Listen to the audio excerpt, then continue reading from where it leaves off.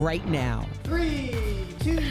Welcome to Daily Blast Live. It's Monday, September 30th. I'm here with Al. Hello. Hey. You're back. There we. Sounded like a game show entrance. Yeah. Or if I was about to go down the catwalk. Yeah, that's true. You guys ready for Al? Here we go. Yeah. All right. All right, you got a round of applause. Brandon and Lindsay, I'm Tori. Let's get All right. Well, the president was tweeting up a storm this weekend, furiously defending himself in the impeachment showdown. Trump talked about arresting people for treason and even civil war. He tweeted this quote by a pastor: "If the Democrats are successful in removing the president from office, which they never will be, it will cause a civil war-like fracture in this nation from which our country will never heal." And even some Republicans are now criticizing the president for the tweet. Like this representative, Adam Kinzinger, who tweeted, "I have visited nations ravaged by civil war. Donald Trump, I have never imagined such a quote to be repeated by a president." And if you don't know civil war countries, it is the worst of the worst. I mean, there's just citizens going after each other. So I go to you, our Republican. I'm sorry to make this to you, but is Donald Trump stoking violence that can be really dangerous at this time? I just think he needs to reel it in. You know, when you're in damage control mode, you just start to say anything. I think he has to reel it in and just be quiet right now, because I think everybody's waiting to see what he says next, and everything has been sloppy because we don't know where we're going. We have no information. Let the inquiry play out. Let them see what they're trying to do, and then we'll see if we're going to move forward with impeachment. But right now, the best thing you could do is be quiet. I'm going to take a bet here and say he's not going to stay quiet, because he never has. So what do you predict his move is, or is he just creating chaos for deflection? No, I think the move is deflection, which is kind of problematic, because just saying it's fake news is not going to work this time. Wow. I think there's too many people that are speaking out, and they're doing their whole investigation right now. Congress is on recess, but in the next 2 weeks, they'll be doing their investigation, asking everybody that the whistleblower who wasn't in the room but did name a ton of people that were there are going to be part of this investigation, and we're going to find out what's really true and what's not. I want to get your thoughts on this, Al, because I want to make sure I articulate this the way I'm supposed to. But doesn't it already feel like we're in some bougie American version of a civil war already?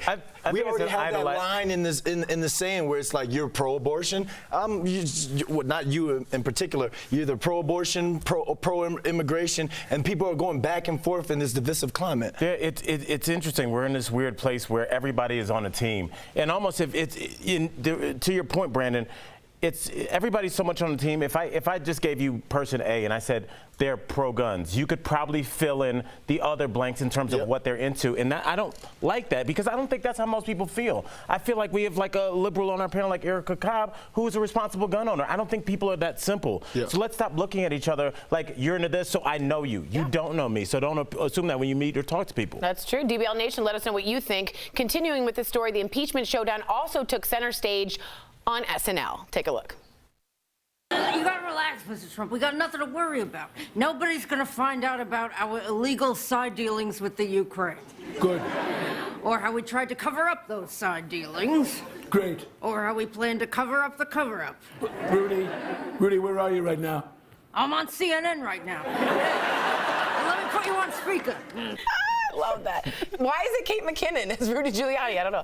But all joking aside, Joe Biden's campaign has actually now asked TV networks like CNN to stop booking the president's personal attorney, Rudy Giuliani. They say his only obligation is to protect the president, and guess what? He's willing to lie to do it. So my question to you guys and to you guys is, should TV networks book guests that are known to lie on air? Morning Joe, just so you know, has banned Kellyanne Conway. Recently, Nicole Wallace just cut back from the president discussing Ukraine and Biden and said that's a lie and we won't allow it, and skipped it back to her programming.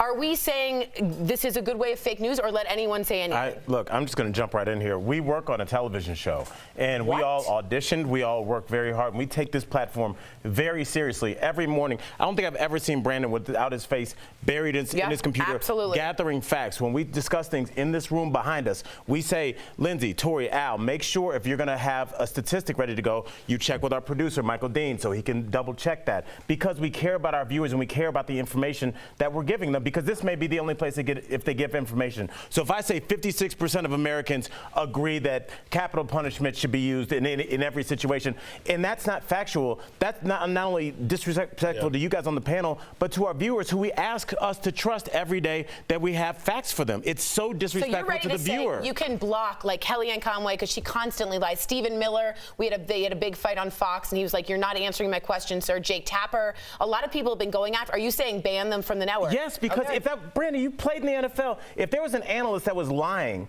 he would be gone in a week. If somebody was saying Tom Brady only won 3 Super Bowls, that's not true. I get what you're saying, Al, but it comes down to the almighty dollar. I mean, if you think about it, when we talk about Cuomo and Giuliani last week, when they caught Giuliani going against his words, that video alone on CNN, when they blasted it on Twitter, 5 million views. Who knows how many retweets they got? So now the news has to care about views more than the truth? It's about the money, because what do you watch before you even get into the video?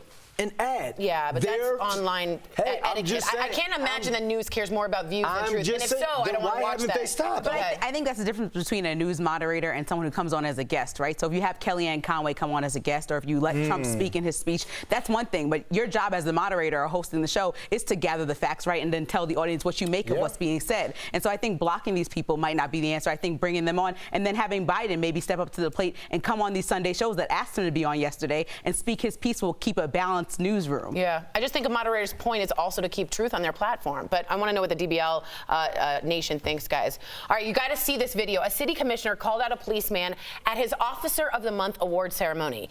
And then it got super awkward. Watch this.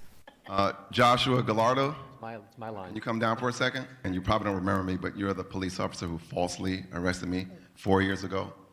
You lied on the police report. I believe you're a rogue police officer, you're a bad police officer, and you don't deserve to be here. Ooh. So at the end of that, he gave a thumbs up, which I'm sure is like the weirdest thing ever. Should he have called out that officer? No, I just think we should have just had Kanye do it. Kanye should have come out there in sunglasses, half a bottle of Hennessy deep, like, I'm sorry. I'm going to let you finish. I'm going to let you finish. I mean, it was hilarious, and I'm not even going to lie. It was very funny. But when you think about it, this was a ceremony honoring officers who put their lives at risk for the public every single day. And he went there and took his petty energy and just ruined the entire Petty? Yeah. He could have had it. Yeah, he was lied on his police report. I know, but you can take the time to tell him that, or tell his hiring officers that. Using the ceremony as honoring more than one man to call out one man at the end. But now we're talking about it, so now it's out, and that's the way to do it. This guy who he was arrested before he was working for city council, that could have cost him his job. What about everyone else who was there for having their family watch them get honored in an awesome ceremony to say we're praising the police officers in our city? I get what you're saying, but that guy had to take that time. It's like the Patriots in their Super Bowl. We can honor you for multiple Super Bowls, but you've cheated on a lot of them. You've got asterisks. Well, I don't like the Patriots, so I can agree. You have to get called out for rumblings amongst the crowd. You have to get called out for that. Okay. You know, in the award thing, they don't say, "Oh, you cheated." Like in the middle of the award ceremony, on the record, and we're talking about it. Yeah, but that wouldn't burn you up if you sat there and you knew somebody was getting an award for something that they did not deserve. And I think how you tend to handle things, I understand everybody's going to have different degrees. You would say, let's wait till after. But usually when you wait till after and you send a polite email, 4 years later, it's not going to go anywhere. Yeah. Sometimes, like I always say, sometimes somebody needs to throw a phone to get something done. And that's what we just saw there. Somebody that stepped up and kind of made a scene. Yeah, because we're talking about it, right? All right, let us know if you think that was a good idea or a bad idea. Don't throw phones. Yeah. All right, so Face ID, right? It's that thing that you do. You guys all know what I'm we have phones too. Okay, cool. Yes. It's supposed to make life simpler, right? Well, not for this woman who is desperate to get into her boyfriend's phone. Now, at first it looks like she's pepper spraying him, but no, she's trying to get it unlocked using facial recognition. So he dodges to the left, then he dodges to the right, even closing his eyes, wonder what he's hiding. So this video turns out to be a parody video. I was going to say, this looks like performance art. Dang it, for an Instagram star, but it has us asking, first of all, boo, but do you share your phone password with your partner? So let's just go around the horn. Do you share your password? Yes. Okay. No. No? I'm going to call out Lindsay right here. Because you said, do you share? I feel like there is a lot of times, I'm not saying just Lindsay, I'm saying people in this audience, the way that you get your dude's passwords is you ask an innocuous question like, let's order some Chinese food. What's your code real quick on your phone? And now your dude's like, because did he just out of nowhere just say, hey honey, I love you, here's my code? We were doing something and I'm like, I need to finish going back. Yeah. So did you share your password? Well, no, he has my password too. So it's just like, it's what it is. If my phone's over there, I gotta do something. Or why do you have to do something on somebody else's phone? Like his phone was right there. Yesterday, I took a picture of this beautiful dinner that we made. The dinner. His phone was right there. The phone was right there. I'm with her. I know the passcode. I can take the picture and airdrop it to you. The phone was closer. My phone was in the room on the charger. Man, trust issues. Yeah. Jay's got a song called Trust Issues. We were talking the drama. All right, talk about this trust issue. Wow. This is Elon Musk, the CEO of SpaceX. He just unveiled his newest innovation. Check it out. It's a Starship prototype. Sound like I'm on Star Trek. That will ultimately bring people to and from space and is reusable. He says he wants to make space travel just like air travel. Is that one of the ships too? I know. The little one? I know. And he says his new Starship will be ready to make orbit in less than 6 months. And yes, it looks janky to all of us, right? Don't they have, have you ever been to Florida? Look at that. Like every dude down there gets their car, like that body wrap on their car where it could be like their girlfriend's name or something on the side. Why didn't he get some kind of racing stripe or something? Yeah. It looks like he's not done yet. Why isn't there any windows? Because that's probably solar panels. It's probably made out of solar panels. What are you going to do with solar panels in the middle of the universe? When you're in it, because you're using the power from the sun instead of Apollo using... 13, he had to use the window to find the moon to get to the Earth. You guys don't remember that? He needed the window. Who watched Apollo 13 in the last 25 years? I did. You guys can't deny that Elon Musk is a crazy genius, crazy part, but still. As I like my geniuses. He's really smart, and so I think that he is going to find a way for us to travel at not the speed of light pretty quickly. All right, well, the book doesn't agree. Not the speed of light, but pretty quickly. I don't know what my point was there, but good point there. I get cooking and recreate McDonald's iconic apple pie. Will I be able to fool the DBL co-hosts? And you, the viewer, are our fifth host.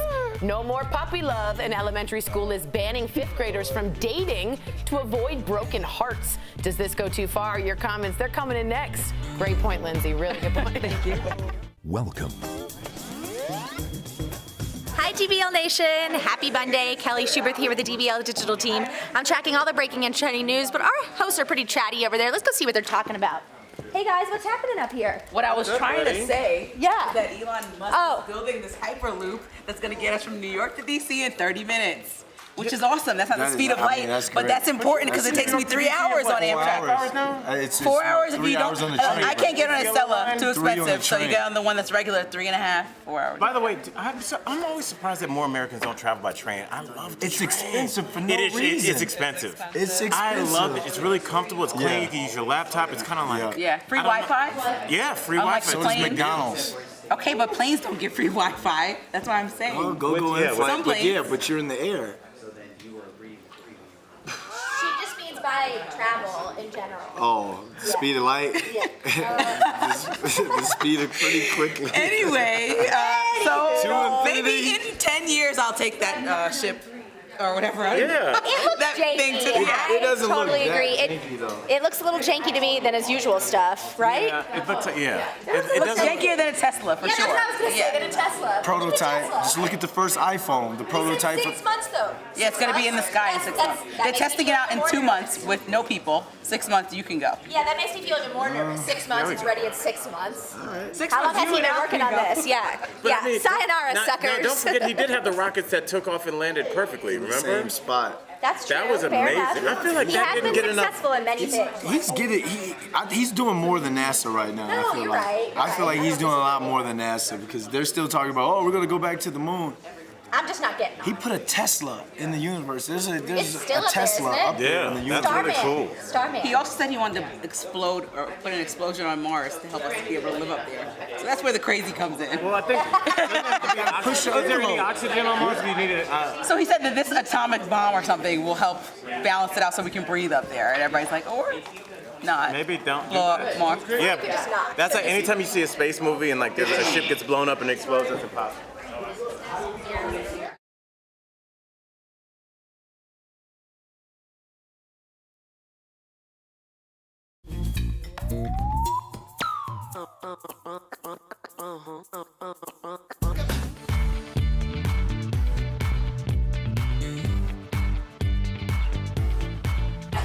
Welcome back to DBL. It's time for Fifth Host, when we talk about what you're talking about. Teachers at an elementary school in Indiana banned dating among its fifth graders. This new rule came after students started breaking up almost daily, and their heartbreak was becoming a distraction in classrooms. The teachers even gave a deadline for all students to break up. Some parents are saying you crossed the line. So DBL Nation, were these teachers out of line? Let's get to the comments. All right, so Amy from Facebook says, as a high school teacher, this is a horrid idea. Kids need to learn rejection, relationship skills, etc., and not to mention the hormones. I think it's a horrid idea too. You have to let kids mess up, learn, fall in love, fall out of love, and just go through life. You can't protect them, as Brandon says, in a bubble from everything. They didn't see that show. I know, but I want you to explain the bubble. For calling it out before I can even get to my joke, my punchline. All right. Ilona from Facebook says, of course, let the teachers make the rules if it affects their ability to teach. No smartphones, no sagging, no cursing, no dating. Oh, sagging pants, I think. Yeah, I got that. Where'd that come from? Yeah, that came out of nowhere. What's next? No cornrows, no dress, no rap music past 5. I look at it like this, because I agree with the first viewer, Amy. We're allowing these kids to live in a bubble. Yeah. And by that bubble, they can experience things in Okay. life, like Amy said, rejection, those sort of things. And I miss the days back when you could just write the letter, I like you, do you like me, check no, Yeah, or I did do that. Yes, well, kids have tablets now, so that wouldn't do well. No smartphones. Swipe left or right. Isn't that what adults are doing? They're Yes, swiping left and right. totally. So, I don't know. I feel like the kids are just following our lead. But anyway, Mark from Facebook says this is seriously overstepping the bounds of what the school has authority to do and say. Mark, I kind of agree with you. Tori always says you don't lose your rights when you enter the gates of the school. Look, I'm learning. And, I wonder, it'd be weird if you were maybe at the office they do say no romance inside the office. So maybe they can say it inside school. Let me ask our resident nerd. Could Daily Blast Live say no romance with people you work with? It depends on if it's a private school or a public school, and it also depends on basically if you have to announce to HR your relationship. I think what's going on in this particular school is kids are doing it at recess like all the time, and they're breaking up and causing this drama, and it's like creating a distraction. Any school is going to have a non-distraction rule and a policy, so you could get under there. Now, if some fifth grader wanted to go to the Supreme Court, they probably could on this. But what about that teacher who dates a lot of people, and then they bring that into the classroom? But that's the same thing. They're not though, no? supposed to. Bring that in. Yeah, Like they got rejected. They got rolling photos out. They have a PowerPoint presentation. that heartbreak. All right, we have some serious news here. Actress Stacey Dash has been arrested. Raquel, fill us in on what's going on. Well, Tori, a fight with her husband has landed Stacey Dash in jail. Now, last night, the former Clueless star and Fox News contributor was taken into custody for domestic violence in Florida. Reports say she allegedly pushed and slapped her husband, Jeffrey Marty, and police found scratch marks on his arm. This is her fourth marriage. The couple got married in Florida, where she owns a home, last year. And right now, she's being held on a $500 bond. Wow. So Stacey Dash is known to be somewhat erratic, but not a good look. Not a good thing. $500 bond. I know. I was just thinking, That's shouldn't it be a little bit come on. higher? Especially if Should it be were $1,000 for each marriage. Yeah. That's a good point. And this is gonna be number 4. It's gonna be. From now on, it's 5 and counting. It's like cheaper by the dozen. Is that Yes, book? that's where we're Exactly. headed. All right. Well, coming up on DBL, I put my baking skills on the line and recreate McDonald's apple pie. Will my recipe live up to the iconic dessert? Find out in Copycat Kitchen. Oh, darn it. Hey guys, welcome back to Beauty Blast. I'm Jeray Banks, or you can find me at Jeray for the Slay on any social media platform. Today, we're speaking about spot treatment versus slathering products all over your skin. This is very important because a lot of people suffer from different things like acne, over texture in the skin, hyperpigmentation in your skin, and the list goes onward and forward. I think I just made that up. It's cool though. However, with any of these type of symptoms in your skin, and when you're trying to correct these, you actually want to take a step back and not just slather them all over your skin. I know, it sounds like a good idea. If I'm breaking out, I should put this breakout product all over my skin so I don't break out in the future. You're wrong, honey. You actually want to use spot treatment for a lot of these, especially for something like acne, hyperpigmentation, or maybe even redness or anti-aging and wrinkles in the skin.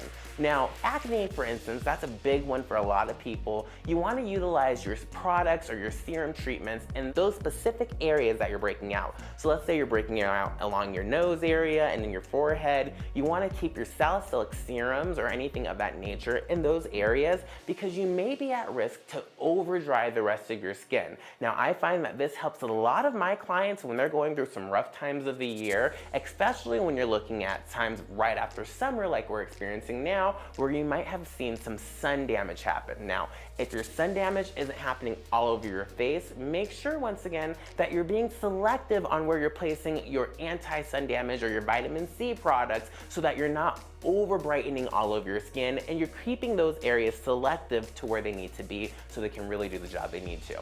Now, if you guys have more beauty questions, make sure to write me at Dre for the Slay at any point in the show, and I'm sure to get back to you if I'm here. I mean, I work here, I guess, so I'm always here. It's cool. Write me in and we'll talk soon. We'll see you guys later. Welcome back to DBL. In 1968, McDonald's hot apple pie hit menus nationwide and forever changed many people's lives. All right, that's going a bit far, or at least their fast food orders. Well, I took on the iconic dessert in today's copycat kitchen. Enjoy.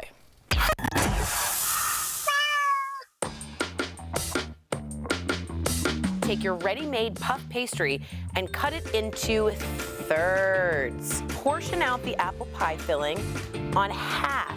You can use your knife to create 2 diagonal cuts on the other half of the pastry. Wet the edges to secure a seal. Fold the pastry over itself and then use a fork to create this cute little seam. Brush an egg wash on the pastry. Sprinkle a little cinnamon and sugar for a sweet treat. Now, the only thing left to do is to see if my co-host can tell the copycat from the original. All right, so the next step is just to have the people test the baked apple pie. You ready? I'm ready. All right, Exhibit A. Can you give me a little smaller piece? But that's good. That's really good. Okay, and now we're going to option B. You ready? So as you're chewing, I want you to think, which one is the copycat and which one is real? That was good. Okay. But the only reason I'm going with that this is the real one, right, and the B was fake. Yeah. The first one was a little crunchier. A little crunchier. Okay. I don't even know what that means though. That could be the real fake You one. look ridiculous in that mask. Next up, we have Stephanie. Nice girl. All right, ready? Open the mouth, and we have Exhibit A. Oh, wow, big. It's a big one. I didn't mean that. It's a lot. Sorry. Now we're gonna give you. Ready? Yeah. Sorry. Oh, it's very large. I'm very sorry. Which one is real? Which one is the copycat? I think the second one is the copycat. Last up, we have Erica Cobb with their copycat kitchen. Exhibit A, Erica, go ahead and open. Oh, she's like, please don't feed me. Okay. Okay, good. Okay, again, I want you to digest, think about, slowly. Which one's the copycat, Erica, if you had to make a choice? The first one. Interesting. You can remove the mask. We tricked one. Erica Cobb, the copycat, was number 2. I'm shocked. I know, she seems it. Well, head over to dailyblastlive.com/recipes for all the copycat recipes. And let us know, guys, what classic dish you want us to feature on the next Copycat Kitchen. We'll be right back. They're both very good. They were delicious. I've had 5. Promotional consideration is brought to you by TJ Adams, welcome to Daily Blast Live. Let's get right into it. So how was landing a role in the new Hulu series Wu-Tang, an American saga? Whoa, ho, ho, here I go, watch me flow. The one-man show, A. Sean told you so. Okay. The BKOG act like you know. The perfect opportunity for a guy like you. I mean, it's almost like it was meant to be, right? This is really meant to be, bro. I feel like I totally manifested through the power of my mind. I was actually in a rap group when I was about 16. 16 years old. We thought we was Wu-Tang so much that we even made a song called Bakery Boys Ain't Nothing to with like the Wu-Tang Clan. Yeah. I even actually had my hair similar to ODB when I was a kid. This is crazy. It is crazy, man. You got to manifest these things, especially in this business. So what's something that you would say you discovered about ODB that really blew your mind? So what really blew my mind about ODB, man, I didn't know how smooth he was. Like, I knew he was a funny character. When I look into those pretty eyes, I can read your soul. It says you descended from an Egyptian queen. He's an R&B guy. Like, ODB, in his mind, thought he was James Brown. We just think he's ODB, you know what I'm saying? Yeah. Like, he was like a very smooth dude. Like, he loved to sing.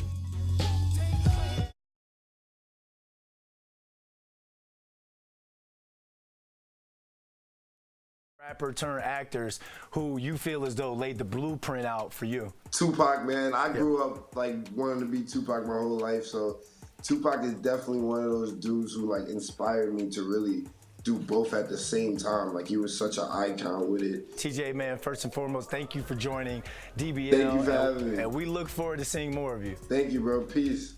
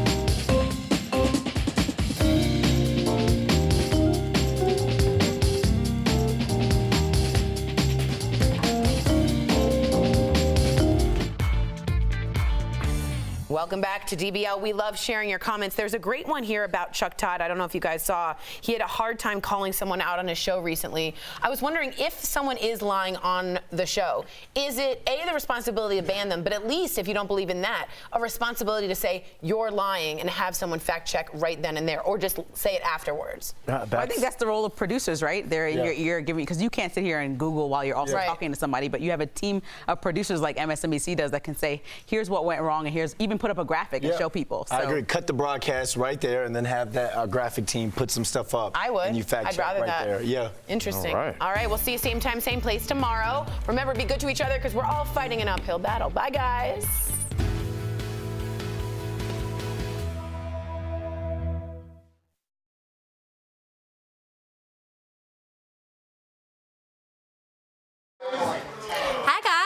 Kelly Schubert here with the DBL Digital team. I'm tracking all the breaking and trending news. Happy Monday. Thanks for being here with us today. Is Leo making faces in the background? Hey, Leo, what's going on over there? Guys, see Leo? Let us know what you did over the weekend. Let us know how the weather is where you are. There are actually 2 to 3 feet that dropped in Montana. Great Falls, Montana actually had to cancel school today. That's how much snow has dropped there. You guys, it's not even October, but the good news is October is tomorrow. That means it's my birthday month, and I'm just really excited about October because the aspens here are changing. It's a beautiful time of year here in Colorado. Let us know what you're seeing where you live. Send us your fall pictures if you want us to air them in the digital breaks, info@dailyblastlive.com. But hey, we've got a great show coming up for you today, a great Monday show. But I want to know what you think about this fifth host. Should this school ban dating in fifth grade? Did you date in fifth grade? Do you remember when you were in fifth grade? Like, you know, you start talking to kids, like passing notes and stuff like that, I feel like. But really dating, I don't know what that even means when you're in fifth grade. Because you're 10 years old when 9, 10, 11 when you're in fifth grade. So DBL Nation, let me know what you think about that story. Please send us your DBL take on that. And we've got a great show coming up for you. See you soon. Bye.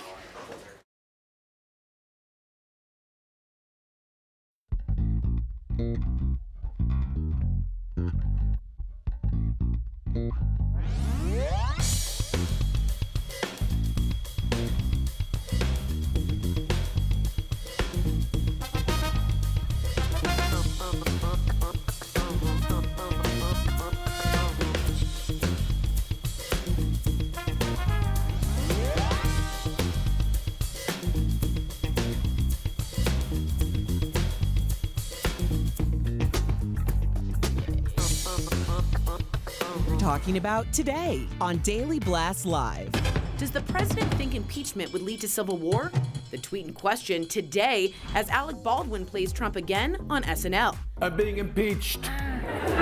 It's the greatest presidential harassment of all time. Then, a bus driver allegedly drunk on the job while kids scream in terror. The erratic behavior that was all caught on camera. And the oddest celebrity Inc. will reveal the star who just got this massive face tattoo. Plus, getting in on the rage room trend. See how our own Jeff Schroeder relieved his stress by destroying stuff. I feel like I just went to a spa. Real, honest, entertaining, live. DBL starts right now. 3, 2. Welcome to Daily Blast Live. It's Monday, September 30th. I'm here with Tori, Jeff, Al, and I'm Erica. Sam has the day off, so enjoy yourself, girl. Let's get right to it. The president was tweeting up a storm this weekend, furiously defending himself in the impeachment showdown. Trump talked about arresting people for treason and even civil war. He tweeted this quote by a pastor: "If Democrats are successful in removing the president from office, which they never will be, it will cause a civil war-like fracture in this nation from which our country will never heal." And even some Republicans are criticizing the president for his tweet, like Representative Adam Kinzinger, who tweeted, "I have visited nations ravaged by civil war. Donald Trump, I have never imagined such a quote to be repeated by a president." Now, a lot of people are saying it's inciting violence, that it is a dog whistle of some sort. I personally believe that it is, but that's me. Yeah, I mean, if you think about like a lot of these shooters that we've had and a lot of their manifestos, they've said something about a Dylan Roof when he's killed those 9 parishioners in South Carolina, said this is a race war. I must do this because I think that my race is being exterminated. So when you start saying things are a war, just like that guy in South Florida that had the van that had all the Trump stuff on it that sent the bombs to the Democratic people, I'm not saying that that's going to happen to 99.9% of anybody, but all you need is that one guy that's saying the president is telling me I need to act and we have another tragedy that we have to cover. Yeah, I mean, yeah, go ahead. No. I was just going to say, usually I try to see the other side on things like this, but I've never been a fan of the president tweeting at all. And so when he goes off on these tweeting binges, I really dislike it. Our country is at such high tensions between Republicans and Democrats right now that tweeting something like this from the leader of our country isn't good, because it's that one little thing that could push someone over the edge. Totally. The El Paso, just to up you one, the El Paso wrote his manifesto, shooter, and in it quoted Trump's tweets. So now we're actually having a shooter feel the tweets and feel it necessary to put it in the manifesto. So I totally agree with you. I just wanted to show you this tweet in response. I thought it just summed up everything really, really quickly. It says, Lincoln, we have to have a civil war to save the republic, even if it kills me. Trump, we have to have a civil war to save me, even if it kills the republic. Well, I completely understand why people are so alarmed and think that this is repugnant. However, I appreciate the fact that he tweeted this out. I think that we are being very very not wise about the messages that we aren't receiving. We have a message, but then what's within that message? I think we really need to start looking at what's being said and why it's being said, because if we don't, I do believe that we will be blindsided. Wow. Wow. Well, the impeachment showdown also took center stage on SNL. Take a look. You gotta relax, Mr. Trump. We got nothing to worry about. Nobody's gonna find out about our illegal side dealings with the Ukraine. Good. Or how we tried to cover up those side dealings. Great. Or how we plan to cover up the cover-up. Rudy, where are you right now? I'm on CNN right now. Let me put you on speaker. But all joking aside, Joe Biden's campaign has actually asked TV networks like CNN to stop booking the president's personal lawyer, Rudy Giuliani. They say he's obligated, or his obligation is to protect the president, and he's willing to lie to do so. So should TV networks book guests that are known to lie on air? Yes. Yes. Otherwise, I don't hold you credible, and I'm not interested in watching you. MSNBC Morning Joe has banned Kellyanne Conway. She blatantly lied. They fact-checked her. She would not agree to it. If you can't say red is red, I don't want you speaking crazy on a platform I've built. So, yes, absolutely. If you saw Nicole Wallace, she cut back from the president's own speech when he talked about Biden and Ukraine and said that's a lie, and I'm not showing lies on my show. We have fake news everywhere, and we're going to add to that? I think absolutely yes. Well, then we should probably never hear from any politician on television, right? I know you always say politicians are corrupt, but some and I do understand that, but I do feel like we're at a level here of a different set of corruption. So just small corruption's okay, as long as it's not huge. And I hear what you're saying. I'm just saying when it's the president trying to deal with the military for his own personal gain, to me, that's a much bigger deal of corruption than someone pork bellying like a bill at the end. Tori, let me just say, and let me jump in because I see where both of you guys are coming from. Jeff, as I where the sit pork here, belly comment came from? Yeah, I didn't see that one. I was going to jump right up. Add an amendment for your state. As I sit here right now, I see Brandon London at his computer. I see Lindsay at her computer.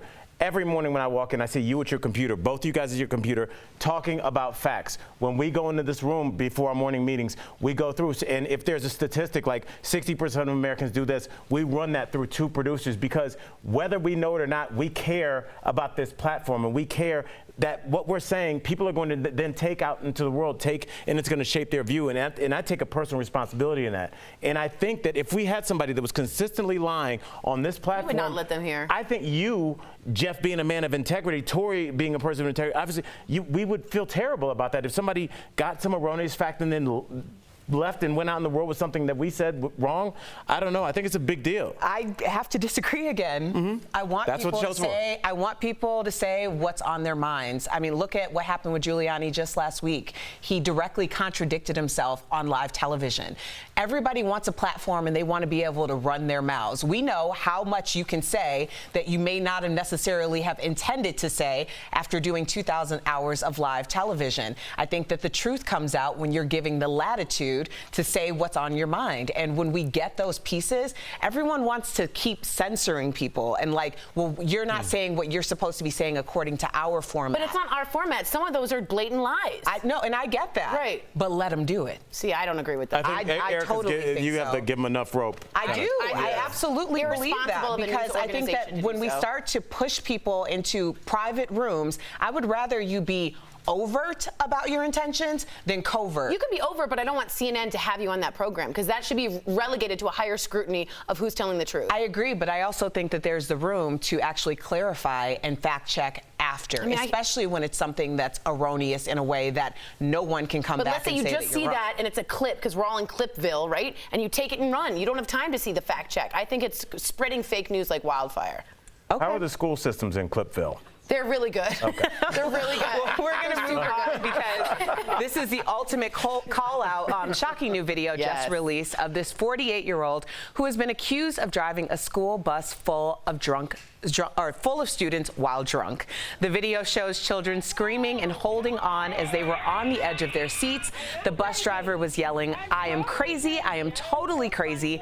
A student on the bus called 911 after being dropped off. She was drunk because she passed 3 red lights and she got on side road. She's like wobbling, and then her eyes, you can tell she was drunk. Did she smell of alcohol? Yeah, her breath sort of smells like alcohol. So here you have a 10-year-old being the adult and possibly saving the lives of his other classmates. Yeah, they did change, just so you know, they have changed the policy in which they'll be screening the bus drivers in this town and county because of this. But do you think there should be at least seatbelts in the bus and then a breathalyzer for every bus driver? That would be smart, yeah. I don't know if the school systems could afford all that. We can't even afford our school systems as it is. Not saying that's the reason why this happened. Yeah, no, I would be out for blood if my Are you kidding? If my sons were on this bus and I found out they were driving back and forth. How many? You think this is the first time? No, she was driving 2 hours alone by herself all day. I mean, we're taking it like very leniently. You know what I'm trying to say. But I'm serious. If I was a parent and I had a student on that bus, it'd be over. I know you're serious. I mean, this is your kids. There's nothing more important than this. And what I always say, Erica, is like we'll do a story about opioids or a story about addiction, and then we just kind of move on.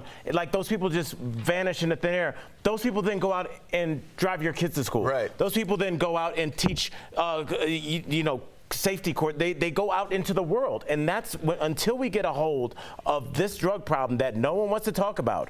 Until we get a hold of it, these people that we kind of talk about like these abstract human beings are going to be directly affecting your lives, because those statistics then walk out of their home and get on a school bus and take your kids somewhere. So we need to start taking this very seriously. I mean, this isn't some rant. This happens regularly. It's not your neighbor's problem. It's the community's problem, because they're in the community in some capacity, and it might be in charge of your child's safety. So keep a lookout for that. Well, Elon Musk, the CEO of SpaceX, just unveiled his newest innovation. Check it out. It's a Starship prototype that will ultimately bring people to and from space and be reusable. That one's ridiculous. He says he wants to make space travel like air travel, Jeff. And he says his new Starship will be ready to make orbit in less than 6 months. Jeff, how do you feel about this, as you are like the #1 travel fan? Elon Musk tries to make comfort in his vehicles, I should say, and maybe his spacecraft. So I don't know how many people want to go to space, but I don't know. I can't start bashing people already in line for space travel. That hasn't even happened yet. Yeah, well, put the picture back on. I just want to show you something. What I don't get is where there's no windows. Like, you're supposed to be able to look out into space, because in case there's an issue. Remember Apollo 13? He used the window to get the moon and the Earth back with like the axis. You're not gonna go. Maybe the pilot just needs to see. Oh man, I would want. Wouldn't you want windows? There's a lot of problems with that, but just like when we talk about space travel, my first thought was like Jeff would like go to space and then he'd casually bring it up 8 months later while we were having. Because Jeff has the coolest stories and like, oh, I went there. You were like, I was in Mars. You rode a bull in Africa? Yeah. You were on like Price is Right. Yeah, I forgot. Jeff Schroeder, the most interesting man in the world, except to himself. I don't know about that. Well, DBL is live and coming up. Face ID fight. Watch a woman go to extreme lengths to try and get her man to unlock his phone with his face. Oh my gosh. Plus, our own Jeff Schroeder loses his cool in one of those popular rage rooms. Will he feel any better after breaking a few things? And you, the viewer, are our 5th host. No more puppy love. An elementary school is banning 5th graders from dating to avoid broken hearts. Does this go too far? Your comments are next.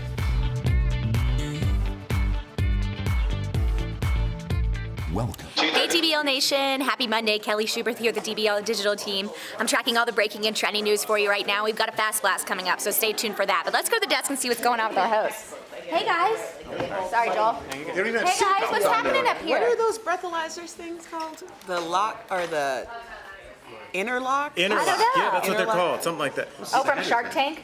Yeah, well, my buddy said he got in an Uber, and the Uber guy started his Uber. Oh. Fiber optic. Which, I mean, at least you know your driver's not drunk. I know. Yeah, it's really scary, and the idea of just like these people, because those kids will never forget that, and they've probably been dealing with that for a long time, and those kids are definitely gonna have some kind of PTSD from like being that scared every time. I'm sure as soon as the bell rings, they're like, I have to get on the bus with that crazy bus driver. We can't, I'm thinking about that and like going to space and stuff. Guys? There can't be like something in your car that's not digital, but just like a sensor that if it smells alcohol, like your car shuts off. Yeah. There's got to be. But then that means if you're a passenger, right. I mean, at some point you'd think all school bus drivers would just have a breathalyzer to start the engine. It comes with it. Pilots have to do it. I mean, it's so odd. Yeah. I mean, bus drivers in general. Test But it's not like it's It's tested in random, order for yeah. the airport or the airplane To start the plane. If I was a school bus driver, I wouldn't mind doing that. Right. If anybody that pushed back, I would be like, well, you're clearly worried about something.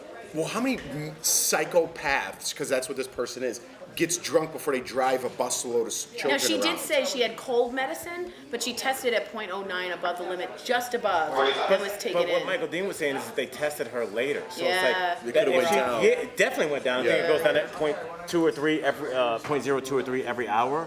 So How she's much at cold 0.9. medicine do you have to drink to She was blow driving over the legal limit? I don't know, but she also said she was driving medicine. around 2 hours by herself, just talking to herself. Yeah. The camera.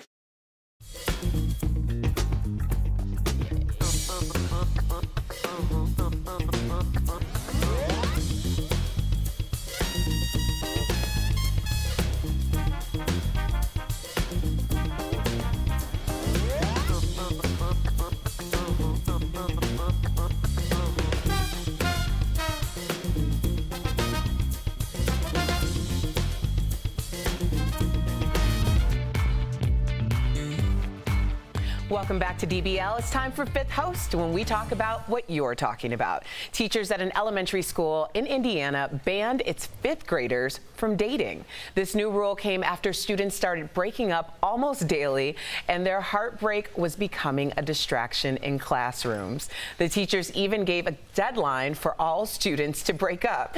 And some parents are saying they crossed a line. So DBL Nation, were these teachers out of line? All right, let's get to the comments. Tony from Facebook says, when did teachers become entitled to control students' personal lives? It's human nature. Stay in your lane. I disapprove. Okay, Tony, and look, I agree. I think they should be able to break up because that's how I learned. I did the thing, will you date me? Yes, no. I had heartbreak, and that's how I learned. So yes, but in this particular school, it's becoming like a fad. They're doing it at recess. They're causing major distractions. And at that school, if a cell phone's there and it's a distraction, you can say, put away your cell phone. So if it's really a distraction, I think they have a right to do so. Valerie from Facebook says, way to go, teachers. Kids have enough trouble with friendships at this age and learning social expectations. Come on, ban dating? What is this, the same town as Footloose? Like, no dancing. Yeah, I mean, come on. We got to get real here. Listen, this is the problem with like, hey, my son took 10th place. Let's give him a ribbon. Your kids are going to go through heartache. Your kids are going to have heartbreak. Your kids are going to fail. Let them fail. Let them do that. I think a lot of this social media and this music that we listen to, it's cool almost to go through a heartbreak. Everyone's like, oh, I feel bad for you, Stacey. Right. Don't you? Get over it. There we go. I feel like Jeff was talking directly to me. I didn't know. Apparently I broke up. Matt from Facebook says, sound like a group of teachers are bitter because they can't get a date and have decided to share their misery. Good Lord. All right, sounds like somebody was a super senior. No, look, it's different to equate adult life to child. As somebody that taught middle school, this wasn't as big a deal. I don't remember teachers talking about this. But at this school it is. Yeah, at this school apparently is a big enough problem where we're talking about it. And as a teacher, you do have, I mean, I would separate students at the parent-teacher conference. I would say Jeff is having trouble sitting next to Erica. I would have Erica's parents there. So if this is that big of a deal, maybe it really is interfering with the learning landscape, which is why they are there. Yeah. All right, well, last comment. Maggie from Facebook says, these teachers overstepped, in my opinion. My pediatrician actually encourages letting children date while they still come to you for advice and comfort. Creating too many boundaries could lead to lies or resentment. I totally understand what you're saying. I also think that forbidden fruit is always sweeter. So now you're going to go from something that is above board and you can actually see and think you can control to something that is completely underground, because the moment you tell a kid they can't do something, that's exactly what they want to do. Well, coming up on DBL, Justin Bieber and Hailey Baldwin's lavish South Carolina wedding is tonight, and we've got a preview. And sometimes you just need to let off a little steam. Jeff Schroeder tries out one of those rage rooms next.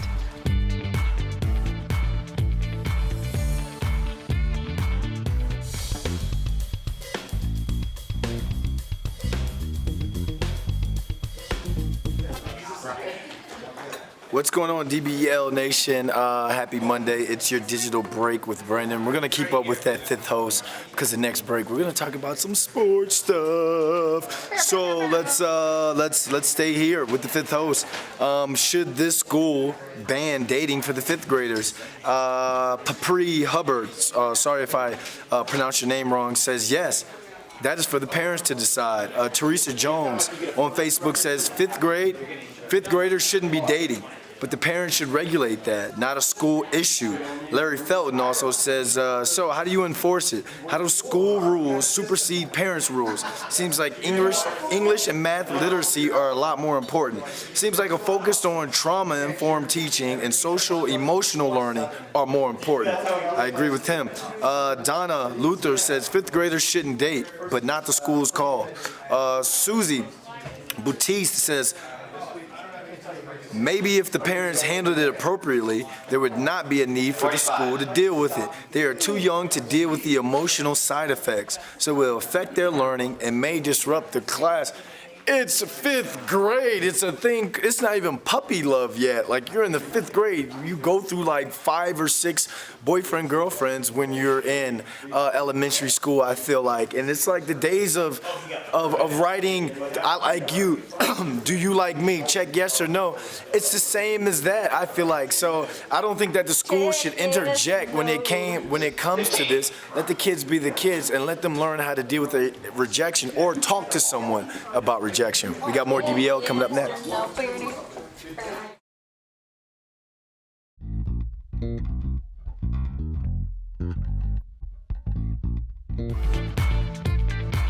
Welcome back to DBL. If you don't know me, sometimes I let my social rage get the best of me. Just watch.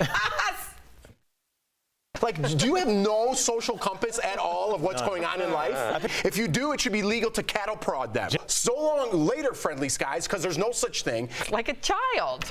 All right, that was 4 insults, and I already said I'd shut up. I'm just thinking of my mom right now. If you don't have anything nice to say, don't say anything at all. Okay. Mom, I'm being quiet for you. Papa. We can all agree that life can be challenging, and sometimes we just need to let off some steam. So I found a new way to smash some stress. Let's check it out.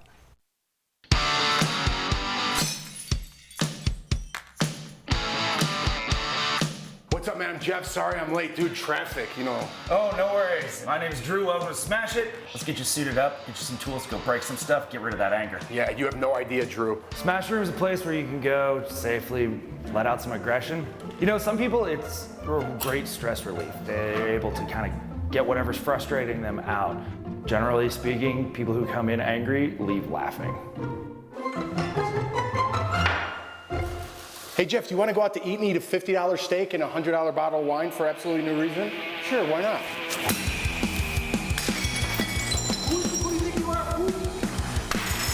You don't like what I have to say on TV? You think my hair's too gray? I'm too old? How about this?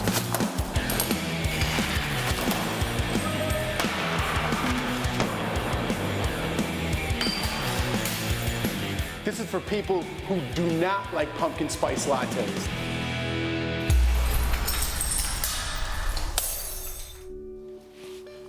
Just look at that. Feels good. Feels good. I feel like I just went to a spa. I would definitely recommend this to others. This is the kind of therapy that works for me. So if you're like me, hit a Smash Room. Very good. I did. I felt very stressless. I feel like is that a word? Yeah. You've been manifesting this, I feel like, before it was even a thing. Oh, yeah. That's all you would talk about sometimes. Like, I just want to go somewhere and just smash everything in the room. Don't let Jeff share a hotel room with you. Yeah. No. I had this idea, I'm not even joking, for like 10 or 15 years. To have a restaurant and dress up really, I've told everyone. You told me at the audition. Yeah, you told me this at the audition. I really wanted this to go through. I have no funding. You dress up really nice. I'm talking about like Gucci tuxedo. Your wife wears the best dress, whatever. Really nice, $5,000 a plate. I mean, the best service, best food. And at the end, you smash the whole thing. Everything. And your waiter, you could choke him too. No. I remember at the audition and I was like, bye. That wouldn't be great. Like, oh man, I think you have a cost thing. Yeah. Because you have like very high costs, and so you're. I got high taste, but then smash it all. Yeah, maybe you could go with like a Fucci tuxedo. Yeah. No, I'm going to, you got to look nice. Okay. If it's Fucci, if you get a deal, it's even better. Okay. Well, coming up on DBL, a caught on camera fight over Face ID. A woman stops at nothing to get her guy to unlock his phone. And what celeb got a new tat on the entire side of his face? The big reveal and other questionable ink later on DBL.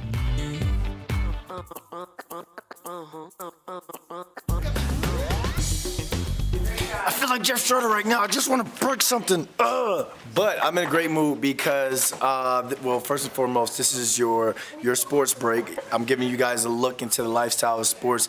California has just defied U.S. college sports governing body, and now they're passing a law that will allow, the governor of California just passed a law, or signing the law that will allow college athletes to hire agents and make money from endorsements. Now, I think this is something that us athletes have been fighting for quite some time. Now, it's going to take effect in 2023, and all the athletes and students at public and private universities are allowed to sign deals with like sportswear firms, businesses that profit off their likeness, soft drink makers, all that. It's now time to pay these college athletes, and it's just happening in California right now. And the governor, Gavin Newsom, says that he feels as though other states are going to follow suit on this. Now, the NCAA wants this blocked. They feel as though this is going to create some sort of unfair advantage to California schools when it comes to recruiting. Because if I got Travis here,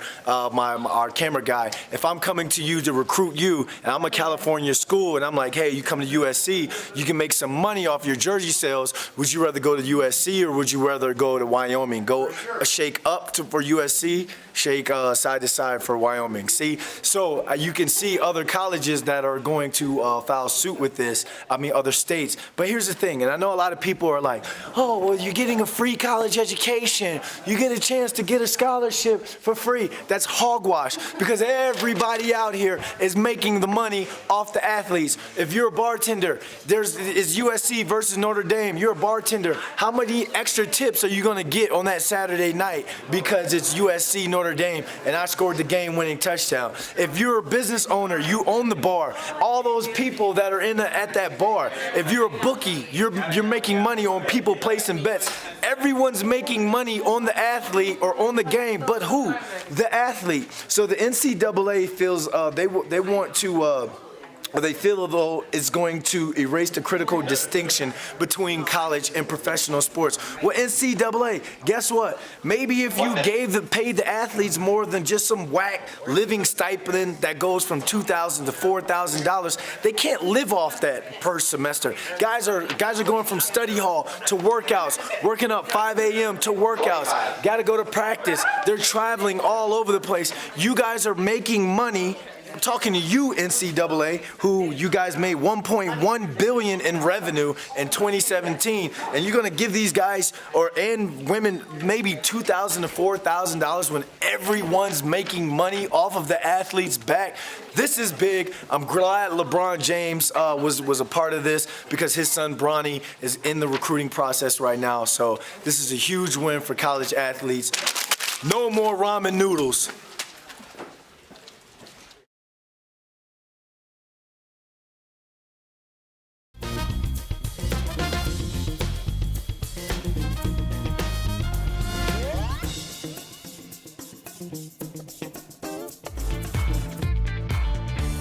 Welcome back to DBL. We love sharing your comments. Tori? People liked your rage room, Jeff. Of course they did, see? All right, Shirley DeBose-Taft, SDT, as I call her, says, Jeff's rage room experience should have been on an airplane. That would have been so good. Or terrifying. Or terrifying. Yeah, no one's in it. Okay, no one else is in it.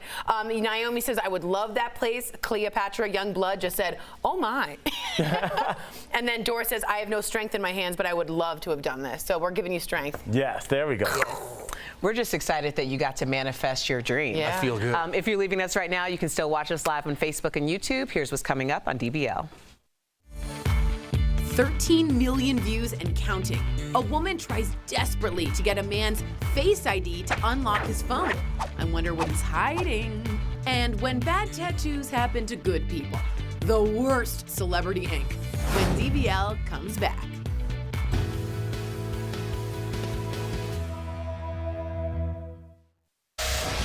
Hey guys, Kelly Schubert here with the DBL Digital team. Happy Monday. We're happy to have you here with us today. I'm tracking all the breaking and trending news, but right now it's time for Fast Blast, where I give you all the news you need to know in under 2 minutes. Leo, let's get that timer up. Here we go. Now we start with a warning for our viewers that may get heartburn. A popular heartburn drug has been pulled from the shelves at CVS because its ingredients could be linked to cancer. Not only is CVS stopping the sale of Zantac, it's also pulling the generic version from shelves, so this is a really big deal. The U.S. Food and Drug Administration has warned about the link to cancer, but so far there's not been an official recall. CVS isn't taking any chances though and says it will no longer sell the drugs. A scary scene on a flight from Denver to Orlando over the weekend. Take a look at this. A passenger named Bobby Lewis shot this video from inside the plane, showing the engine exposed and flapping in the wind. The metal surrounding the engine was peeling off, and so pilots of the United flight had to turn around and land back in Denver. Now the good news here, no one was hurt, but that's definitely not something I want to see while flying 32,000 feet in the air. You know what I mean? No thank you. And it's day 7 of the Dallas murder trial making national headlines that we've been covering for you. Last September, Amber Geiger shot and killed her neighbor, Botham John, after she says she mistook his apartment for her own and thought he was an intruder. Now on Friday, we showed you testimony from Geiger herself as she took the stand in her own defense. Today is an important day in the case because we could hear closing arguments. Now I'll of course keep you updated on this developing story and bring you any new information as soon as I get it. Another day, another vaping story. The CDC released new information saying that a lot of its cases of illnesses aren't related to vaping nicotine, they're linked to vaping THC products that people have bought off the streets. The CDC says young consumers may not even realize they're buying products that are unregulated. But the biggest issue, the CDC says a lot of the people who have gotten ill smoked both THC and nicotine products, so it's hard to pinpoint exactly what's causing people to get sick. Now, DBL Nation, I know I ask you this question every time I do a vaping story, but if you vape, does this make you want to stop? Real, honest, entertaining, live. DBL starts right now. 3, 2. Welcome to Daily Blast Live. We are live, so let's get started. The Biebers. Oh, there's the Biebers. Yeah. Are getting married. Justin and Haley are in South Carolina right now for their religious ceremony with a small group of friends and family. The couple first got married last year at a New York courthouse. I think we forget that they're actually married. I forgot they're married. So much hoopla is about this wedding. This one's just for the friends and family. Sadly, I was not invited. Yeah, where's your invite, boo? That'd be sad because I'm 41, so I'd be sad. But never mind. I was gonna go there, but I didn't go there. I know. Yeah, well, I don't know. I just look at this and I honestly look at a man that's had a tumultuous life, and whatever it is, it seems like this woman calms him down, and so I'm all for it. I think it's going to lead to more music from the Biebs. I think this is actually helping him out. You know what I mean? A lot of people criticize the Biebs, but he's been a lot more calm, a lot more put together. He's found Jesus. He's found his wife. I think this is good for the Biebs. Good for him. Do you think at all it's because she kind of knows fame being a Baldwin? Do you know what I'm saying? If she grew up around Yeah, you it. sort of know it more, and it's like instead of a stranger, you trust that she doesn't need you for the money and the fame. You remember, She's got her own. that movie Hancock? Yes. Remember with Will Smith where he's the black superhero? Yeah. But he was like an alcoholic and he was like not doing the right thing. Right. And the only time he lost his powers is when the other woman from that planet came around. And that's kind of what I see like with Haley and Justin Bieber is like he needed somebody to balance him because everybody else is like just gonna kiss his butt and like, oh my God. And she's like, I know people more famous than you. My dad had more money than you. I've experienced the same ups and downs as you. And I think it really balanced him out. He seems like he's in a good place. I doubt her dad has more money. Yeah, it's not Alec Baldwin. I think it's Stephen Baldwin. Oh, it's okay. I do agree. I think we've all gone through that. Like, oh, you for real see me? Like, I can't even like get away with things because you see me so well. Right, definitely. Yeah, good for the Biebs. So, actress Stacey Dash has been arrested. Raquel, fill us in on what's going on with Miss Dash. Well, Erica, a fight with her husband has landed Stacey Dash in jail. Last night, the former Clueless star and Fox News contributor was taken into custody for domestic violence in Florida. Reports say she allegedly pushed and slapped her husband, Jeffrey Marty, and police found scratch marks on his arms. Now, Stacey's manager tells TMZ she acted in self-defense, fighting off his attack. Now, this is her 4th marriage. The couple got married last year, and right now she's being held on a $500 bond. $500 is not that much. I thought that was weird. Can I channel my inner Tory really quickly, Erica? Sure. More like Stacey Dash Cam. Why did everybody laugh? That was for you. He said it, the way he set it up was funny. Okay. Man, I gotta learn. You say it and trail off, and then everyone's like, what? Yeah, they feel sad for me. Yeah. Thanks. Face ID is supposed to make life simpler, right? Well, not for this woman who is desperate to get into her boyfriend's iPhone. At first, it looks like she's pepper spraying him, but no, she's just trying to get it unlocked using facial recognition. He dodges the phone left and right, even closing his eyes. Wonder what he's hiding. So the video turns out to be a parody video for an Instagram star, but it has us asking, do you share your phone password with your partner? I don't think it's parody at all. I think they saw this happen and that's where they got the idea, because I've seen some crazy things go down with people who are in relationships. Air quotes after. Remember the story we did of the plane having to be diverted because a woman took the guy's sleeping thumb and used the thumbprint on it to open the phone? I think, to me, I just need to know that you're okay. I don't want to go in your phone, but if there is a need, I need to know that I can get in, to me. It's not a big deal. I'm not like offended, but I just would like to know that's a possibility. Yeah.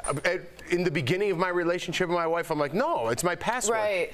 Everything. You have everything. I remember you telling me that. Yeah, now just go in, go look for what you want to look for, do whatever you want. So I don't know her stuff. She's told me, but I just forgot. But she definitely knows mine. Right. I think I do think it's easier, but I don't know.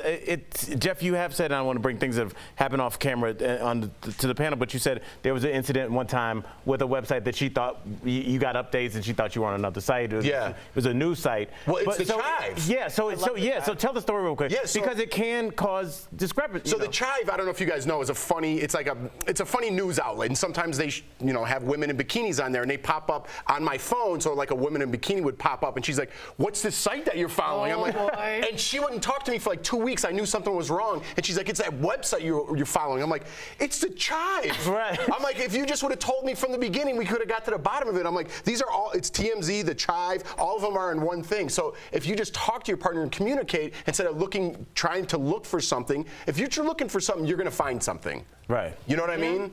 I just think the only time that I've really needed to get into my phone or into my husband's phone, or he's needed to get into mine, were in emergency situations. So it's in the case like that, I just like to know, and he likes to know. But honestly, I'll be like when my mom found my notes all in the origami thing, and she's like, "You're not that interesting." I mean, my husband's interesting, but not that.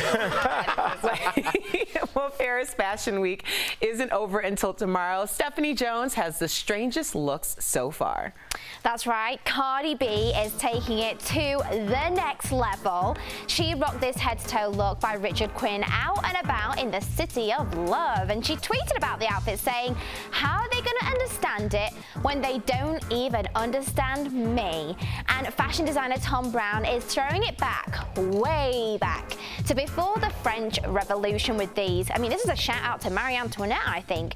And in case you need the perfect footwear to elevate your wardrobe, what about these little babies, these dolphin shoes, Erica? I can see you rocking them. Oh, can you? Yeah. Well, the only reason why I wouldn't, Steph, is because I value my teeth and I could see face planting in those things. What about you, Tori? I reckon someone would look great in the old dolphin shoe. I can't walk in normal shoes. I know. I really can't. I can't. Tori is not Steph, why are you skipping over Jeff and I? We want to wear the dolphin shoes. You know what? I think Al Fashion Jackson, after seeing the French beret, I mean, the limitless possibilities. It's just fabulous. I think you could do it. I actually like them. No, you like don't. a black Tom Ford tux with those. That's the craziest Al, thing. Look at those things. Al needs those platform shoes with the fish in them from I'ma Get You Sucker. Yeah. First of all, we have eBay now. We can do that. Yeah. All right. First of all, I brought up eBay like it was a new website. We've got this eBay, Yahoo. You can log on. What an older gentleman I am. Thank you, Steph. Thank you. Thanks, guys. Well, a homeless mystery woman is going viral for singing opera in a Los Angeles subway. Watch.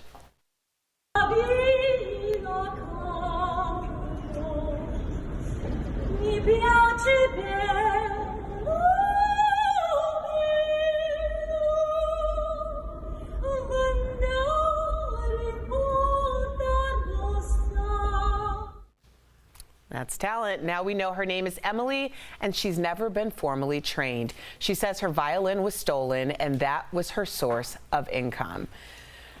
You know, this made me think of like an awesome TV idea. What's going on? We got a little shout out. Got a little technical difficulty here. Hold on, what I'm saying is important. I want my face on. All right, there we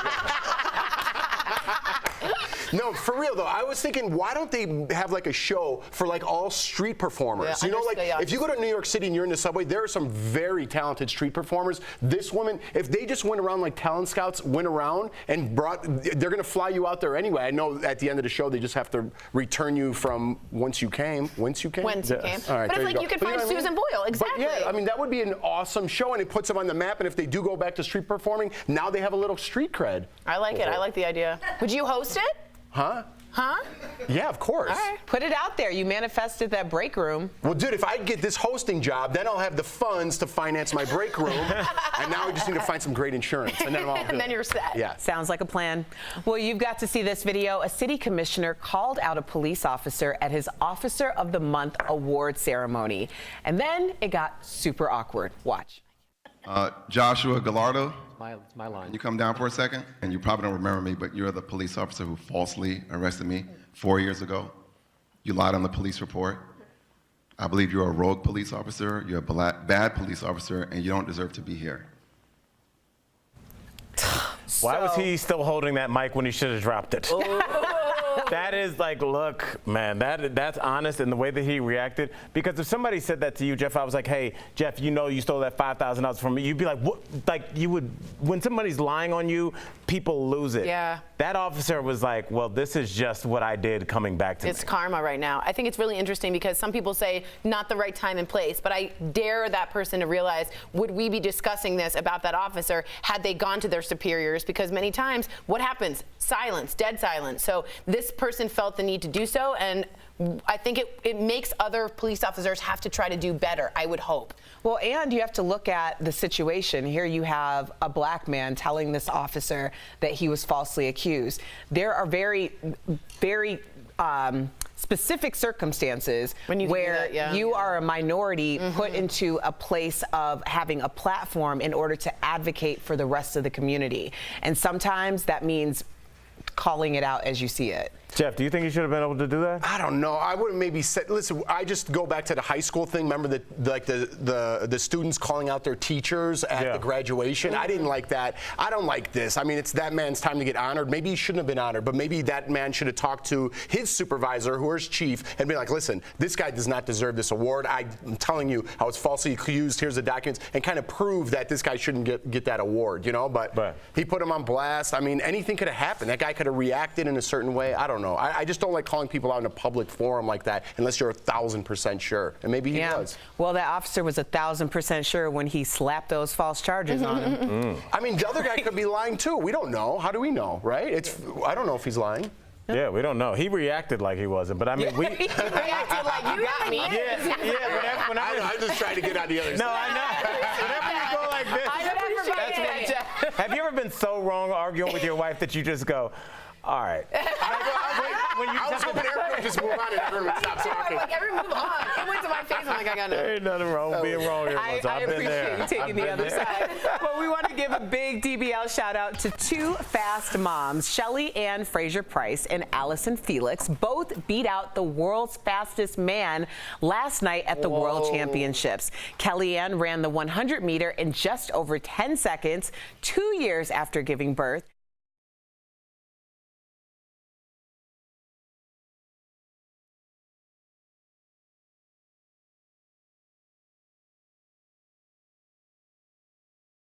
Yeah, I love her hair. She has awesome unicorn hair, they call it. And I just think it's just wonderful to see individuals instead of just like a lineup of people. People are taking the time. And I have to credit, Serena Williams really became one of the first athletes to stand out with her clothing, with what she's wearing. So I love seeing the individual personalities come out. That's what I liked. Well, Jackie Joyner-Kersee, honey. Yeah, that's true, too. You can't forget about it. No, I can't. It's true. It's true. Seems like you did. It's okay. It's okay. Coming up on DBL, an Uber driver does something unbelievable for a passenger. Wait till you hear how she changed his life. That's coming up in Heart Threads. And we'll reveal the mystery celeb who's showing off his new face ink. Is it me, Erica? I don't think so. And show you other bad celebrity tattoos when we come back.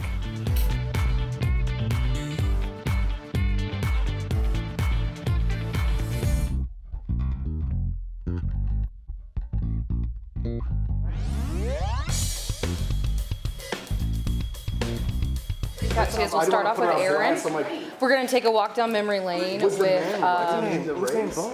Drake, Ariana, Ben Affleck. We talked about him on the show. I didn't want to bring it up. But we're just gonna kind of get through that. It's like the intro part. Okay. And then we'll get to, you'll have 3 to guess. Okay.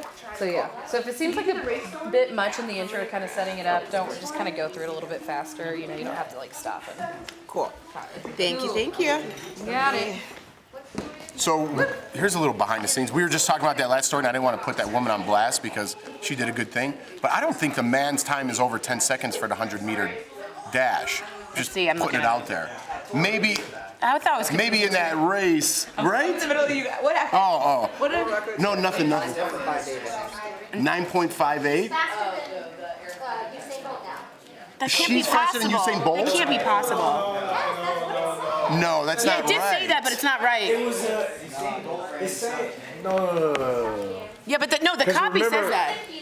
Yeah. Usain Bolt's record for most goals. With over 10 seconds? No, that's the most gold. That's the most gold. I thought you were talking about breaking his record. The script sounded like her time was faster. than. Yeah, it did. Okay, got It did sound like that. Because I didn't want to put her on blast. I'm like, good for her. But then I was like, It says someone just wrote, dang, competitive females leave out Bolt. Yeah, you want to make sure. oh, there you go. See, Yeah. I think. Someone just ran Did she like beat 9. a man? Was a man running in that It race? said it was a mixed gender Yeah, race. so since it was mixed gender, then she probably beat a man. But we But said did the she copy. beat his time or did she beat him out for total medal? I'm confused. So we need to change the script. Perfect. I'll Okay. take it though. We landed on the moon. That's great. Faster than Usain Bolt. See nothing. Why don't you go with our? Because you went off script. What do you mean? We were on.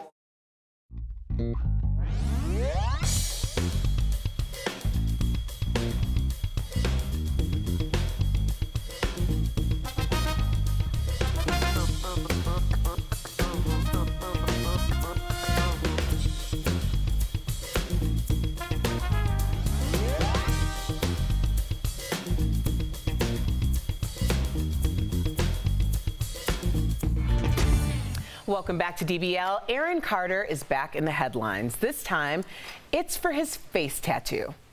The former teen pop No, that star. deserved a pause there. Yeah. I was like, did I say that? Yes, No. I did. The former teen pop star got a new tattoo over the weekend. Take a closer look. Is his new ink Rihanna as Medusa? Aaron's been in the news for his ongoing feud with his famous brother, Nick Carter. But with this new body art, all eyes are now just on Aaron. This reminded us of some other bad celebrity ink we've talked about. Like when Ariana Grande tried to commemorate her song 4 Rings by getting a Japanese tattoo that actually says barbecue pit. Who can forget when Drake ticked off the entire internet by tattooing himself walking in front of the Beatles?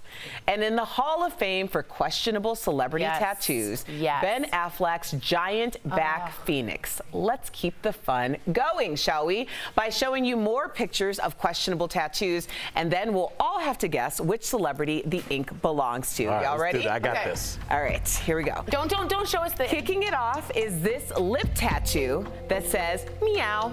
It belongs to a young supermodel known more for her famous last name. So who do you think has this ink? Maybe Gigi Hadid? Yeah, One of the Hadid. Hadids? I was gonna go with Bella. Yeah, I was supermodel. Hadid? It's a Kardashian or a Hadid. I'm going with Paris Hilton, old school. Oh, there you go. Old school. There you go. She doesn't like pain. The answer is Kendall Jenner. Kendall says she was drunk and meow was the first thing that came to mind. Are you not supposed to get a tattoo when you're drunk? Yeah. Who knows? I have a tattoo on my foot that I was. Okay. Next celebrity tattoo should be easy to guess. This artist puts his spouse's name in giant letters on his back, but unlike tattoos, their famous marriage did not last forever. Who do you think has this ink? Yeah. Well, that's pretty obvious. Do you think he got that covered up? Like, you think he had some other work? If you were married to Mariah Carey at any point in your life, would you get it covered up? Yeah. Yeah. Maybe change it to like Mariah to like Narnia. No. What I was saying though, Jeff, obviously. There was laughter. No, they were like, oh, Tori. Well, the answer is Nick Cannon. Nick and Mariah married in 2008, but called it quits in 2014 after 6 years. And up last, this young actor got YOLO tattooed in 2011, a reminder that YOLO stands for You Only Live Once. This is right before the term blew up and became more known as an excuse to something dumb on the internet. The heartthrob has since had it removed, so who do you think has this ink? I'm saying Nick Jonas. Oh, that's not bad. I was gonna say like Leo, but he probably doesn't have any.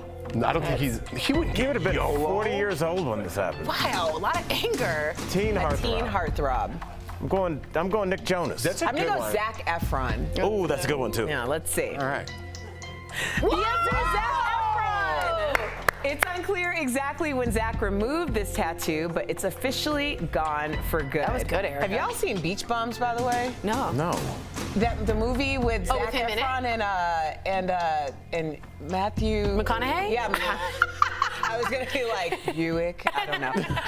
It's really good. It's actually better than I thought it was gonna be. Anyway, all right. Coming up on DBL, an Uber driver goes above and beyond for one of her passengers. What inspired her to give back in a remarkable way? When we come back.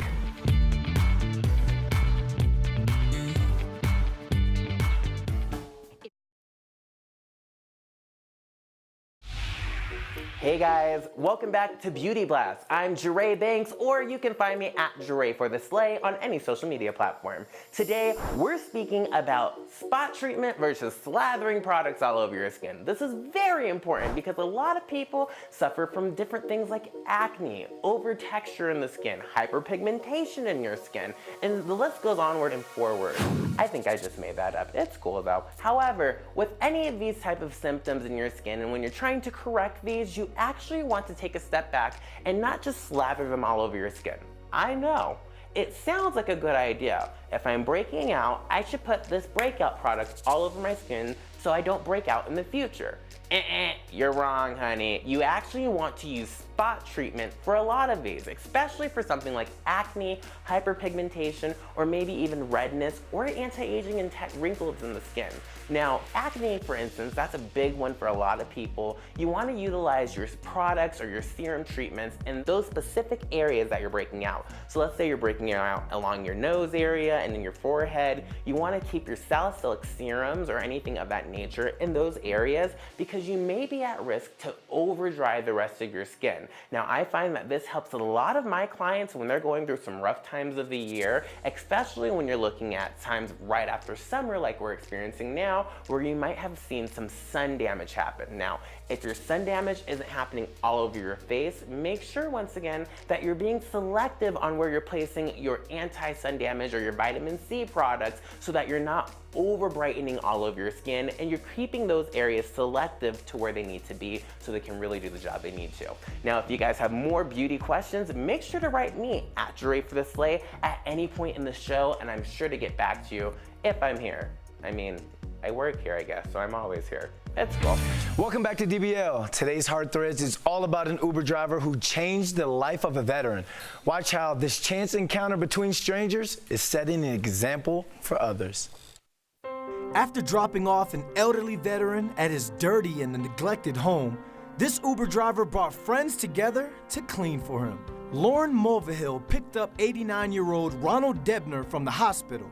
When she dropped him off, she was horrified by the conditions of his home.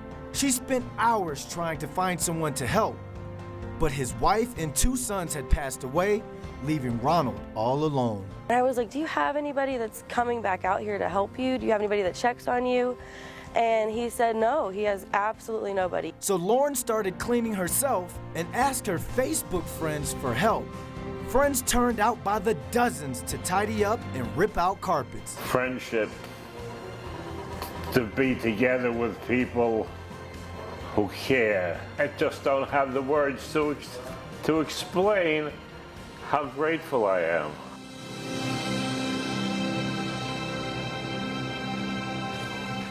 She might get 5 stars for her driving, but I give her 10 stars for her act of kindness. We'll be right back. Promotional consideration is brought to you by this. TJ Adams, welcome to Daily Blast Live. Let's get right into it. So how was landing a role in the new Hulu series Wu-Tang, an American saga? Whoa, ho, ho, here I go, watch me flow. The one-man show, H-Horn told you so. Okay. The BK OG act like you know. The perfect opportunity for a guy like you. I mean, it's almost like it was meant to be, right? This is really meant to be, bro. I feel like I totally manifested through the power of my mind. I was actually in a rap group when I was about 16 years old. We thought we was Wu-Tang so much that we even made a song called Bakery Boys Ain't Nothing That with the Wu-Tang Clan. Yeah. I even actually had my hair similar to ODB when I was a kid. This is crazy. It is crazy, man. You gotta manifest these things, especially in this business. So what's something that you would say you discovered about ODB that really blew your mind? So what really blew my mind about ODB, man, I didn't know how smooth he was. I knew he was a funny character. When I look into those pretty eyes, I can read your soul. It says you descended from an Egyptian queen. He's an R&B guy. ODB, in his mind, thought he was James Brown. We just think he's ODB, you know what I'm saying? Yeah. He was a very smooth dude. He loved to sing.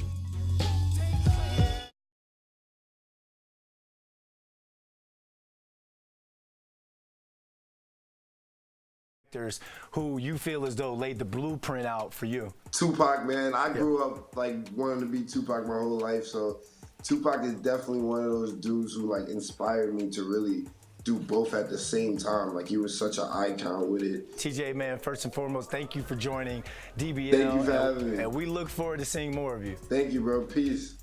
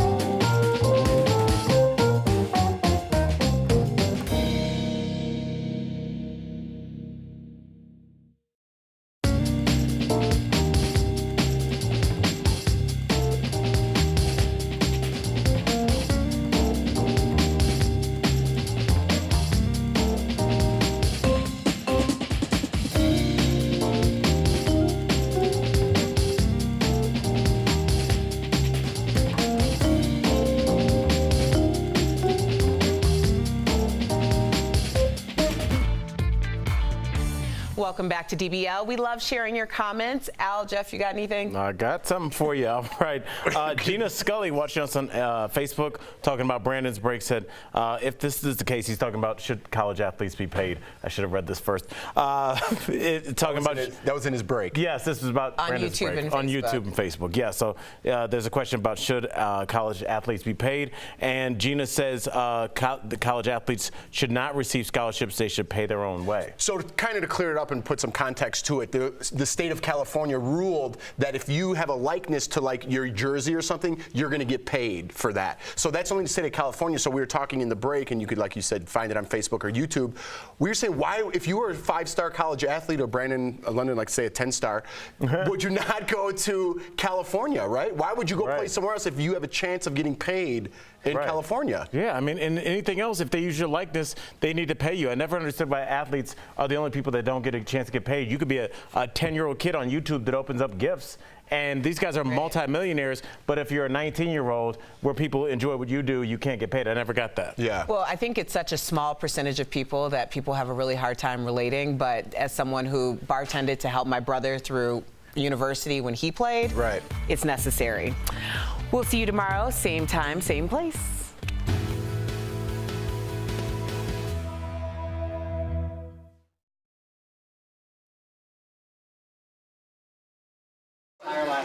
guys, Tori's back. Don't worry. She's back. She missed the end of the show, but that's okay. She is back with us. Don't worry. If you were worried about where she went, she is back. Don't fear. Tori is here. So, guys, we've got a great show coming up for you. I really want to know what you think about this fifth host story today. Of course, we have 4 hosts on the panel. You are our 5th host, so we want to know your opinion. Please send in your opinion on this story. So the question is, should 5th graders be allowed to date? There's a school where dating has been banned for 5th graders because they are worried that the kids are getting broken hearts. Very interesting story here today. I want to know what you think about it. Give me your DBL take. Do you think 5th graders should be allowed to date in the first place? And do you think teachers should have control over whether they can date or not, and the staff at the school? I would think as a parent that should be your decision whether your child can date. And I do think in 5th grade you're about 9, 10, 11 years old, around there. So kind of young in my opinion to date, but I don't have children so I can't really judge. But please send me your DBL take on that story. I'd love to know what you think. We've also got a bunch of other stories coming up in the show, so stay tuned. Great show coming up. Bye.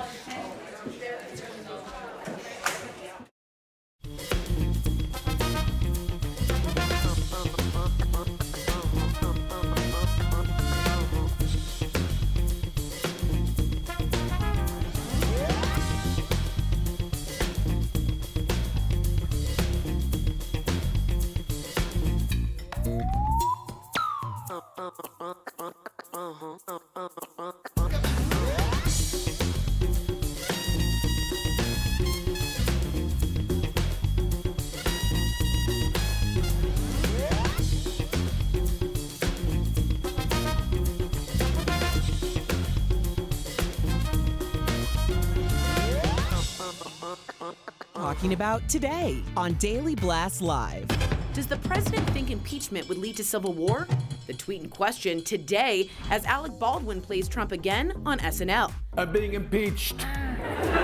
It's the greatest presidential harassment of all time. Then, a bus driver allegedly drunk on the job while kids scream in terror. The erratic behavior that was all caught on camera.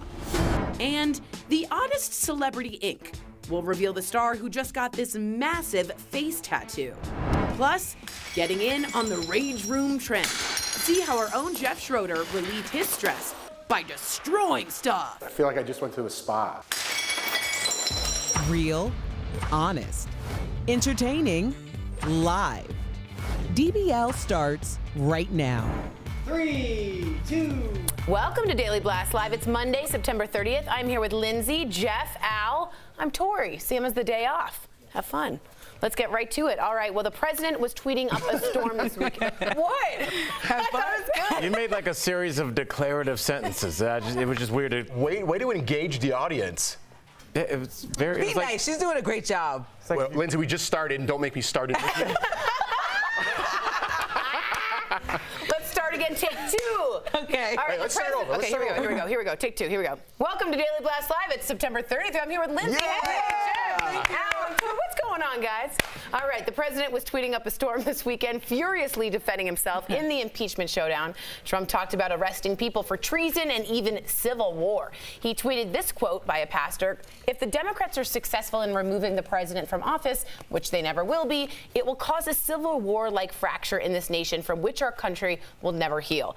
Now, some Republicans are actually criticizing the president for his tweet, like Representative Adam Kinzinger, who tweeted, "I have visited nations ravaged by civil war. Donald Trump, I've never imagined such a quote to be repeated by a president." So, just around the horn real quick, do you think this president is stoking violence by suggesting this country could go to civil war? I'll start. I usually try to defend the president and try to defend the other side. I don't like this one. I've never been a fan of his tweeting. I never wanted him to tweet. I think it'd be a totally different place that we're in right now if he hadn't been on social media. I know he uses that to his power. I don't like it. And saying a civil war in the state that our country is in right now, that's not far. I mean, it is far off, but that's not crazy talk. No. It could happen at some point because we are so divided in our beliefs. Right. I think the best thing that he can do, and his team should tell him, is just be quiet right now, because they're going through the inquiry, going to see if he's guilty and having a reason to get impeached. But if not, just be quiet, because right now you're just digging a bigger hole, I think. Do you think he'll be quiet? No, never. Yeah, absolutely exactly. not. Yeah, There's no chance. But I think, like you said, the one video he put on Twitter over the weekend looked presidential. He said what he had to say, but then the 80 other tweets is where you lost everybody. Yep, good point. All right, DBL Nation, let us know what you think. Well, continuing with the impeachment showdown, this also took center stage on Saturday Night Live. Take a look. You gotta relax, Mr. Trump. We got nothing to worry about. Nobody's gonna find out about our illegal side dealings with the Ukraine. Good.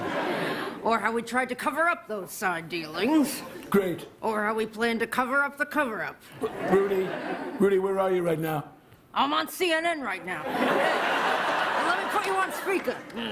I love McKinnon. All joking aside, Joe Biden's campaign has now actually asked TV networks like CNN to stop booking the president's personal attorney, Rudy Giuliani. They say he's obligated to protect the president and he's willing to do and lie about it. So should TV networks book guests that are known to lie on air? And I will tell you, Morning Joe has banned Kellyanne Conway, and recently, last week, Nicole Wallace cut back from the president's speech saying this is a lie and I'm not going to allow this platform to have that lie. So would we allow someone on this to come and interview and just totally lie and be okay with it? I don't think we would book anybody we knowingly thought would. Right. I mean, I think we take our responsibility here at Daily Blast Live very seriously. And I mean, just a little behind the scenes, if we do have like a statistic or anything, before Jeff or myself or Lindsay blurts it out on live air, we have a rule where we talk to a producer who will run it through another producer to fact check not only the fact, but the website that you got it from. Because I think a lot of people read stuff and they're like, it says right here 50%, but they don't realize it's Willie's blog.org, and they don't realize that they're not. I use that website. Right, exactly. So I think it's important. We care about facts on the show, and we are a news source, and we have a responsibility to our viewers that when they listen to us, they know, even if they don't agree, they know that what we're saying is factual. Yeah. It's important, I think, to have somebody speak their piece on air and then have somebody combat that. I think Nicole Wallace was wrong for coming out of the president's speech and then cutting him off and saying it was a lie mid-speech. Like, let him say the thing. You have producers that can make graphics and say what's wrong and what's right, and just continue on your show after that. I don't think we should try to censor everything. We should just have people on to have the dialogue, which is what America's looking for. I don't think when you are censoring is dividing the truth from lies. I think that's just being a responsible news organization. But let us know what you guys think. We want to know. We've got to see this this video. A city commissioner called out a police officer at his Officer of the Month award ceremony, and then it got super awkward. Watch. Joshua Gallardo. My line. Can you come down for a second? And you probably don't remember me, but you're the police officer who falsely arrested me 4 years ago. You lied on the police report. I believe you're a rogue police officer, you're a bad police officer, and you don't deserve to be here. So this is confusing to me, because while I look at this and I understand the black man's plight in America, I'm looking at what happened in this instance, and he got arrested because he was recording a domestic violence incident, and the police asked him to stop a couple of years ago before he was commissioner. And so now he did get arrested, all the charges were dropped, but he's getting upset with this commissioner at a ceremony celebrating police officers when there were several other of them in the room that were happy to be celebrated, and using a time to take his petty moment aggression out right there. So you see it as selfish, and my question is, if he is truthful and this guy lied on the report, maybe this is the best platform to call him out. But that's his story, though. Like, he's telling you he lied on the report, and the police officer is saying that he was recording us handling a domestic violence incident. Interesting. So what do you think, Jeff? Listen, I go back to when what do you call that? The superintendent? No. When you graduate like number one, I can't think of summa cum laude. Summa cum laude. You know, remember when she called out the teachers at her school because it was her moment to talk? I didn't like that. So I don't like this either. It is the officer's moment. I don't know what happened in that exact instance. I don't know who. One person could be lying. One person could be telling the truth. I don't know what happened. But calling him out at that ceremony like that, I don't know. It rubs me the wrong way. I don't like it. Does it rub you the wrong way? I don't. Look, I've been waiting to see the Kanye Taylor Swift moment reenacted, and this is as close as we're gonna get. Like I kind of like the theater of it. It's hilarious. And honestly, you know, I do always hesitate when somebody tells you, "Hold on, Jeff, we'll handle this at a better time," because everybody wants to put off something that's important to you. They're like, "We'll send an email." Sometimes you need to walk up on stage and be like, "No, this is not right. What this person is receiving right now is not what they deserve to do." Now, obviously, there are two sides, three sides if you say one's the truth, but obviously. This is a person of stature, the African American gentleman, and so he is not just some rogue citizen that grabbed the microphone. So there must be something to it. Now, obviously, Lindsay, you've done more research than me, but he clearly felt like when he said that you lied on the police report, the police officer didn't retort. He just kind of sat there. So I thought that was interesting, but obviously we won't know. So I enjoyed it. Let us know, DBL, if you can actually. I did. I like awkwardness. Tori, you hate this. I took my earpiece out. I can't stand this. I like the woman in the white blazer. Just standing there staring. Nobody blinked an eye. No, after he was done, the woman said, I just want to say this ceremony was to celebrate the police officers and don't let this incident overshadow the whole thing. So that's the point where I'm like, if you were there watching your dad get celebrated and then this one police officer that had an issue. But what if your dad was the African-American gentleman who got lied on the report by? Well, I'll change everything I just said. All right. No, I hear you, though. Let us know what you guys think. We have shocking new video. It was just released. All right, this 48-year-old woman who has been accused of driving a school bus full of students while drunk. The video shows children screaming and holding on as they were on the edge of their seats. The bus driver was yelling, quote, "I'm crazy, I'm totally crazy." A student on the bus called 911 after being dropped off. So just for some context, here is the shot of the 911 call. She was drunk because she passed 3 red lights and she got on side road. She's like wobbling, and then her eyes, you can tell she was drunk. Did she smell of alcohol? Yeah, her breath sort of smells like alcohol. So just so you know, the cops then went to the house. They smelled her alcohol, or her breath. It smelled like alcohol. She hit a .09, so she was right over the limit, and they arrested her. So what would you do if your kids were on? I mean, I can't even imagine you two as fathers. What would you do? What would you do? I don't know what I would do. I would be seeing red, so I'd have to calm down, number one. I mean, I can't believe everyone in this school district isn't going crazy. A drunk person driving around all their children. And this didn't seem like it was the first time. These kids kind of... There's no way it's the first time. They don't even have seatbelts on that bus. I mean, this could have been a horrible, horrible tragedy. Yeah, this is, I mean, like... She's driving a bomb almost. I mean, you think about just driving like an SUV erratically or under the influence, how dangerous that is. That's a 4,000-ton vehicle, 4-ton vehicle. I couldn't imagine a bus full of children. And again, this speaks to a larger issue. There's a lot of Americans that are dealing with substance abuse issues, and we have to deal with it. We kind of dance around the opioid issue. We dance around substance abuse issues. We make fun of it. But what we forget is these statistics aren't just stats. They're not just percentages. They're people that then go off and drive your kids. They're people that go off and fly planes. They're people that go off and perform surgery on your child or your loved one. So we need to take care of the substance abuse issue in this country, or we're going to see more of this. I would like a breathalyzer for every school bus. Why not? Why not? I don't If you're not drinking, why wouldn't you? Why would you have a problem with that? Let's start with a seatbelt. I know. How about that's crazy. That's crazy enough. Yeah, you're right. Good on the 10-year-old for calling that in. Seriously. All right, guys, DBL's live, and coming up, Face ID fight. Watch a woman go to extreme lengths to try and get her man to unlock his phone with his face. Plus, our own Jeff Schroeder loses his cool in one of those popular rage rooms. Will he feel better after breaking a few things? And you, the viewer, are our fifth host. No more puppy love. An elementary school is banning fifth graders from dating to avoid broken hearts. Does this go too far? Your comments coming up next.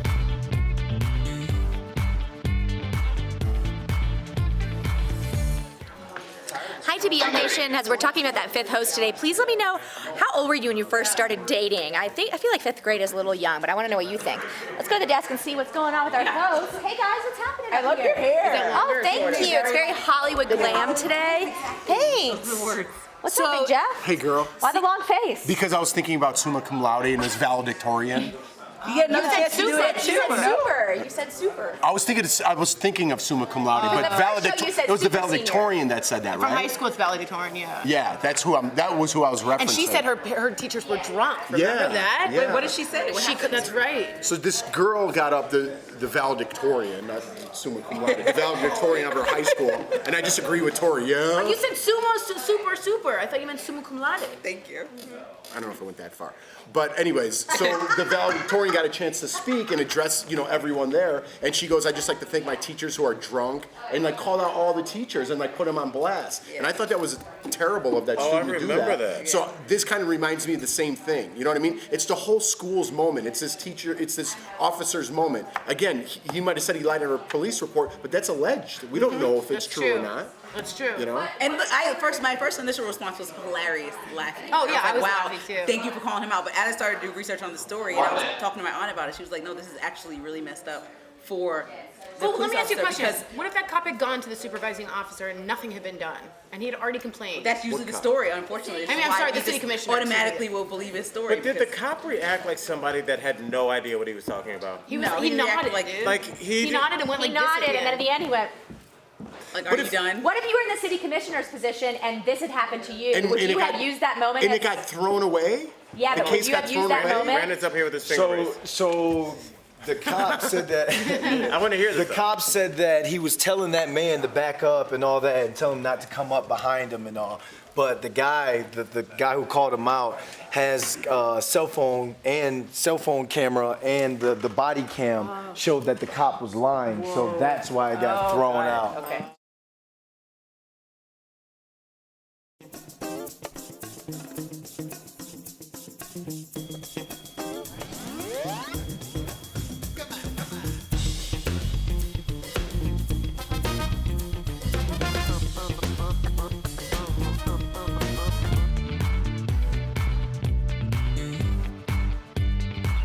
Welcome back to DBL. It's time for Fifth Host when we talk about what you're talking about. So teachers at an elementary school in Indiana banned its fifth graders from dating. This new rule came after students started breaking up almost daily, and their heartbreak was becoming a distraction in classrooms. The teachers even gave a deadline for all students to break up. Some parents are saying, yeah, you crossed a line. So DBL Nation, were these teachers out of line? Lindsay?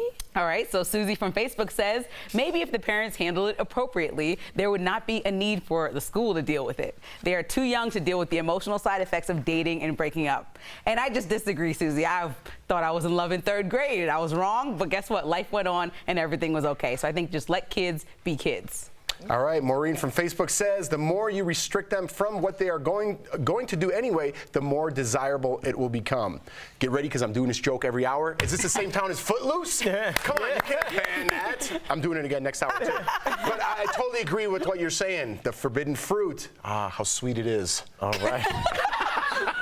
Solid quotes. It was just weird because Jeff looked right in my eyes when he said he said how sweet it is. I was like, I guess so. Really I'm awake romantic. now. Yeah. All right. Rebecca from Facebook says the teachers are stepping in because a lot of parents aren't doing their job. That's why we have 16-year-old moms. Ooh. All right. Wow. I would blame that on them. You always get the mom intense too. comment. Look, yeah, that was a little deep. I mean, kids are always going to have their interactions. And as somebody that taught 7th grade for 5 years, trust me, there's no amount of yelling at, legislation, detentions that are going to stop kids from interacting with each other on a romantic level. These kids are getting ready for the world, and breakup is part of it. So I say let them get used to it now. Interesting. Well, Millie from Facebook says, school's for learning, not for telling kids what they can and cannot do during their own personal time. Dating and breaking up is a part of life. School needs to focus on education and not feeding into distractions. The problem is, and I agree with all of you, when I broke up with Jack Conway, it was a tough one. That sounds like a fake name. He was a nice guy. He was a great guy. That sounds like a drink people used to have in the 40s. Give me a Jack Conway, straight up. Oh my God, it does. But it taught me a lot, and failure teaches you a lot. Sorry, Jack. So all I'm saying is, however, in this particular school, they're doing it like at recess as like a fad, and they're breaking up school classrooms, and it's become like an actual issue. So if it was becoming a real distraction in your classroom, wouldn't you say, or no? I didn't know those are my two options. Or no. Jack Conway. Honestly, Tori, just like as a teacher, there's so many distractions that this would just be one of them. I couldn't imagine what teachers are doing now with cell phones in the classroom. That's right. I don't know how they do it because cell phones are just starting to kind of make their way in. So teachers have enough to deal with. Okay. But honestly, kids are going to do what they're going to do. I agree. The hormones, it's hard to accept it, but they're just going to do what they're going to do. So you just got to try and steer them the right way. Does anybody else want to know more about Jack Conway? Yes. Yeah, what's the rest of the story? Yeah, what grade was it? Give us paint us a picture. 4th grade. What were you fighting about? Crayons? No, but he went and dated my best friend. It was like a really harsh break. But I learned a lot. In 4th grade? Yeah, it was a real big triangle. All right, Jack, right in. Please. Really embarrassed. Coming up on DBL, Justin Bieber and Haley Baldwin's lavish South Carolina wedding is tonight. We've got a preview. And sometimes you just need to let off a little steam. Well, Jeff Schroeder tries out one of those rage rooms next. Let's see if it helped.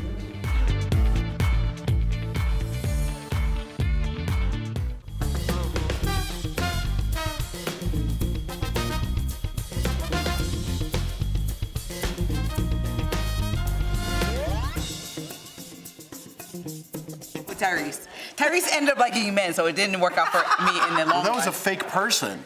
No, it was a real person. Oh, I thought you meant the singer.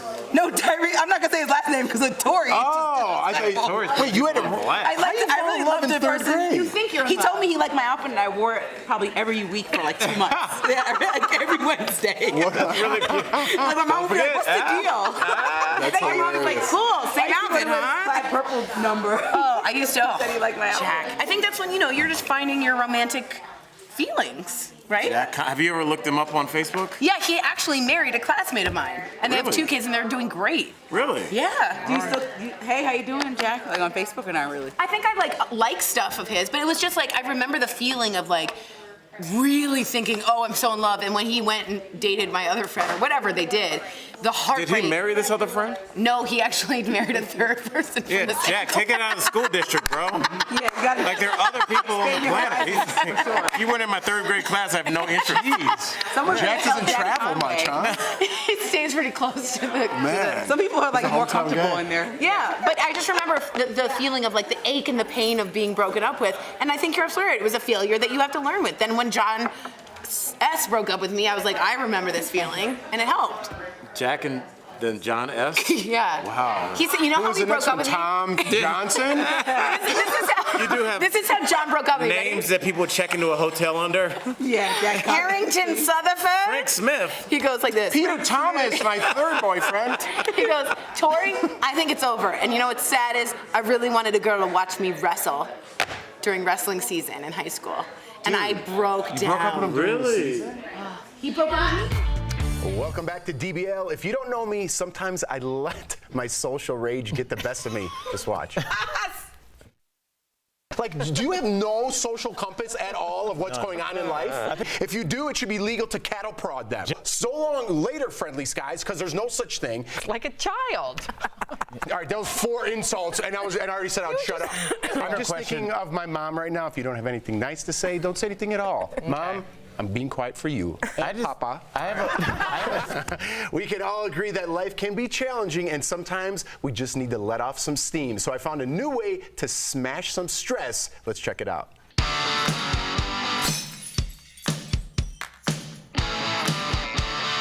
What's up, man? I'm Jeff. Sorry I'm late. Dude, traffic, you know. Oh, no worries. My name's Drew. Welcome to Smash It. Let's get you suited up, get you some tools to go break some stuff, get rid of that anger. Yeah, you have no idea, Drew. Smash Room is a place where you can go safely let out some aggression. You know, some people, it's great stress relief. They're able to kind of get whatever's frustrating them out. Generally speaking, people who come in angry leave laughing. Hey, Jeff, do you want to go out to eat and eat a $50 steak and a $100 bottle of wine for absolutely no reason? Sure, why not?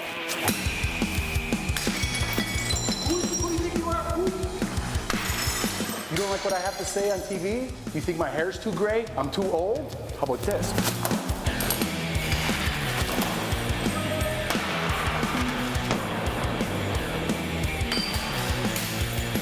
This is for people who do not like pumpkin spice lattes.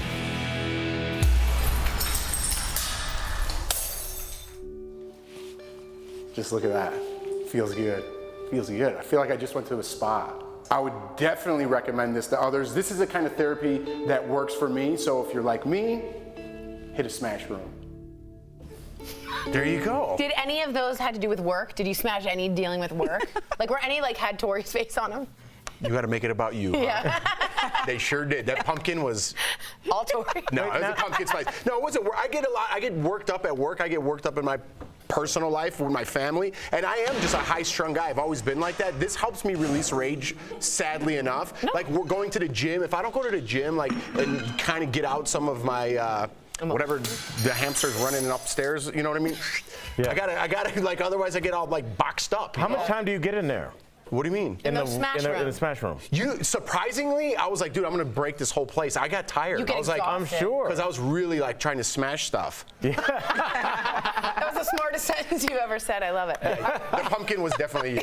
Coming up on DBL, a caught on camera fight over Face ID. A woman stops at nothing to get her guy to unlock his phone. And what celeb got a new tat on the entire side of his face? The big reveal and other questionable ink later on DBL.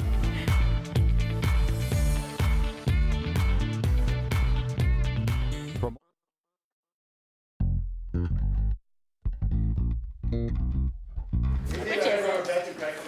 are live. What's going on, DBL Nation?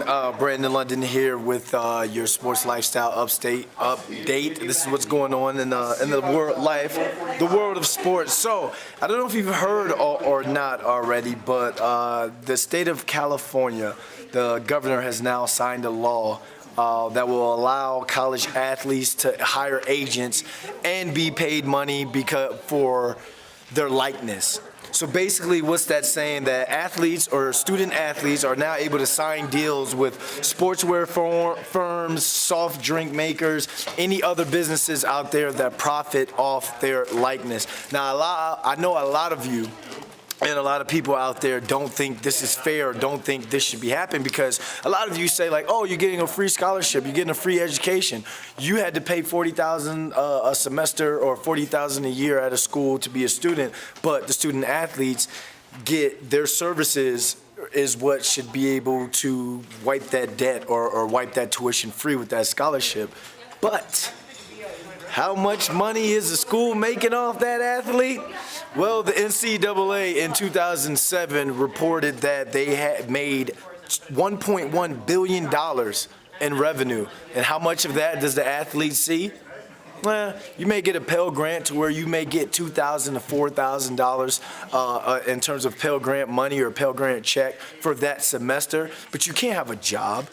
You can't work like other students. You have to be up sometimes at 5 a.m., go work out, go to study hall, go to class, come back, get your second workout in, go back to class or classes. Then you have to go down, watch film, go to the training room. Then you have practice. Then you have to go back, study, wake back up, and do it all over again. So these athletes are going to get paid. Now, the NCAA is trying to hit back, saying that this is going to be an unfair advantage for California schools, since it's only been passed in California, but California Governor Gavin Newsom, who signed the bill, said that he imagines or he thinks that other states will follow suit. So we're finally being able to pay these athletes, because everybody else makes money off the athlete. You're a waitress.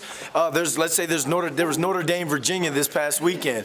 You're a waitress, you're getting tips for that game. Why? Because there are people at that bar drinking. You on your shift, you're making money. The bar owner, he's getting money. People are piling into this bar, having a good time. Uber drivers, they got to drive these drunk people around, don't they? They're making money. The school's making money. The vendors are making money. Everyone's making money but the athletes. So I'm glad that they're putting this into play. The NCAA, as Al Jackson has said so many times, they've got the best business model out there to where they can make $1.1 billion and not pay the athletes. But guess what? That's over. It's time to pay the student athletes. And if you don't like it, oh shoot, hold on. If you don't like it, that's for you. You still gotta do that next shot.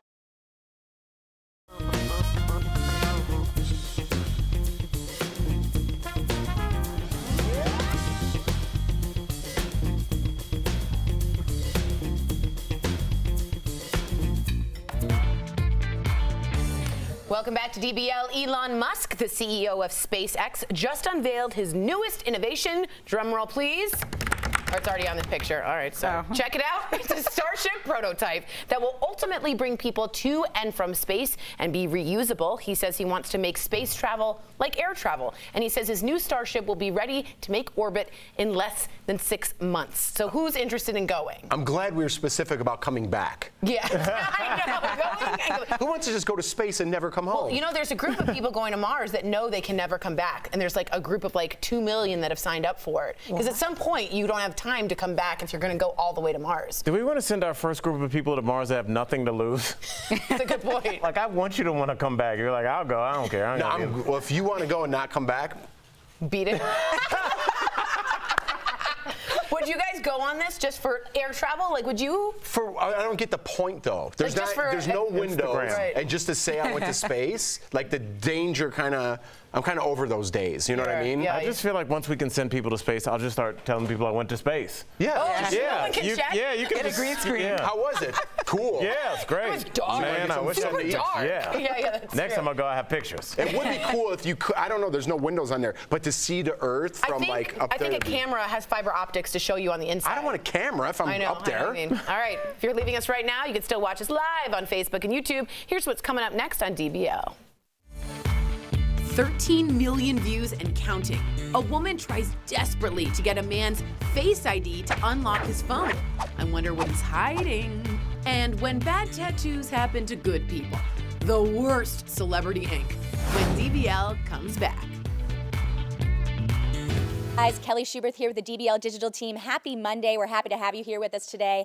I'm tracking all the breaking and trending news, but right now it's time for Fast Blast, where I give you all the news you need to know in under 2 minutes. Leo, let's get that timer up. Here we go. Now we start with a warning for our viewers that may get heartburn. A popular heartburn drug has been pulled from the shelves at CVS because its ingredients could be linked to cancer.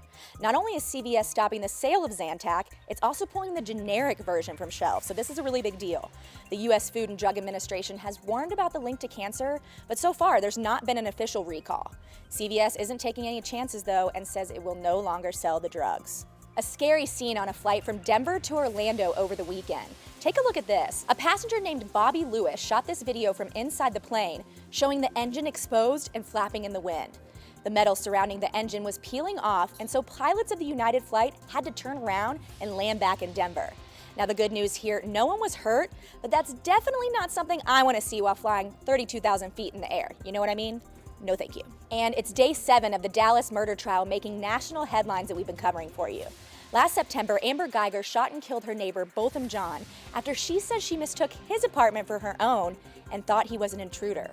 Now on Friday, we showed you testimony from Geiger herself as she took the stand in her own defense. Today is an important day in the case because we could hear closing arguments.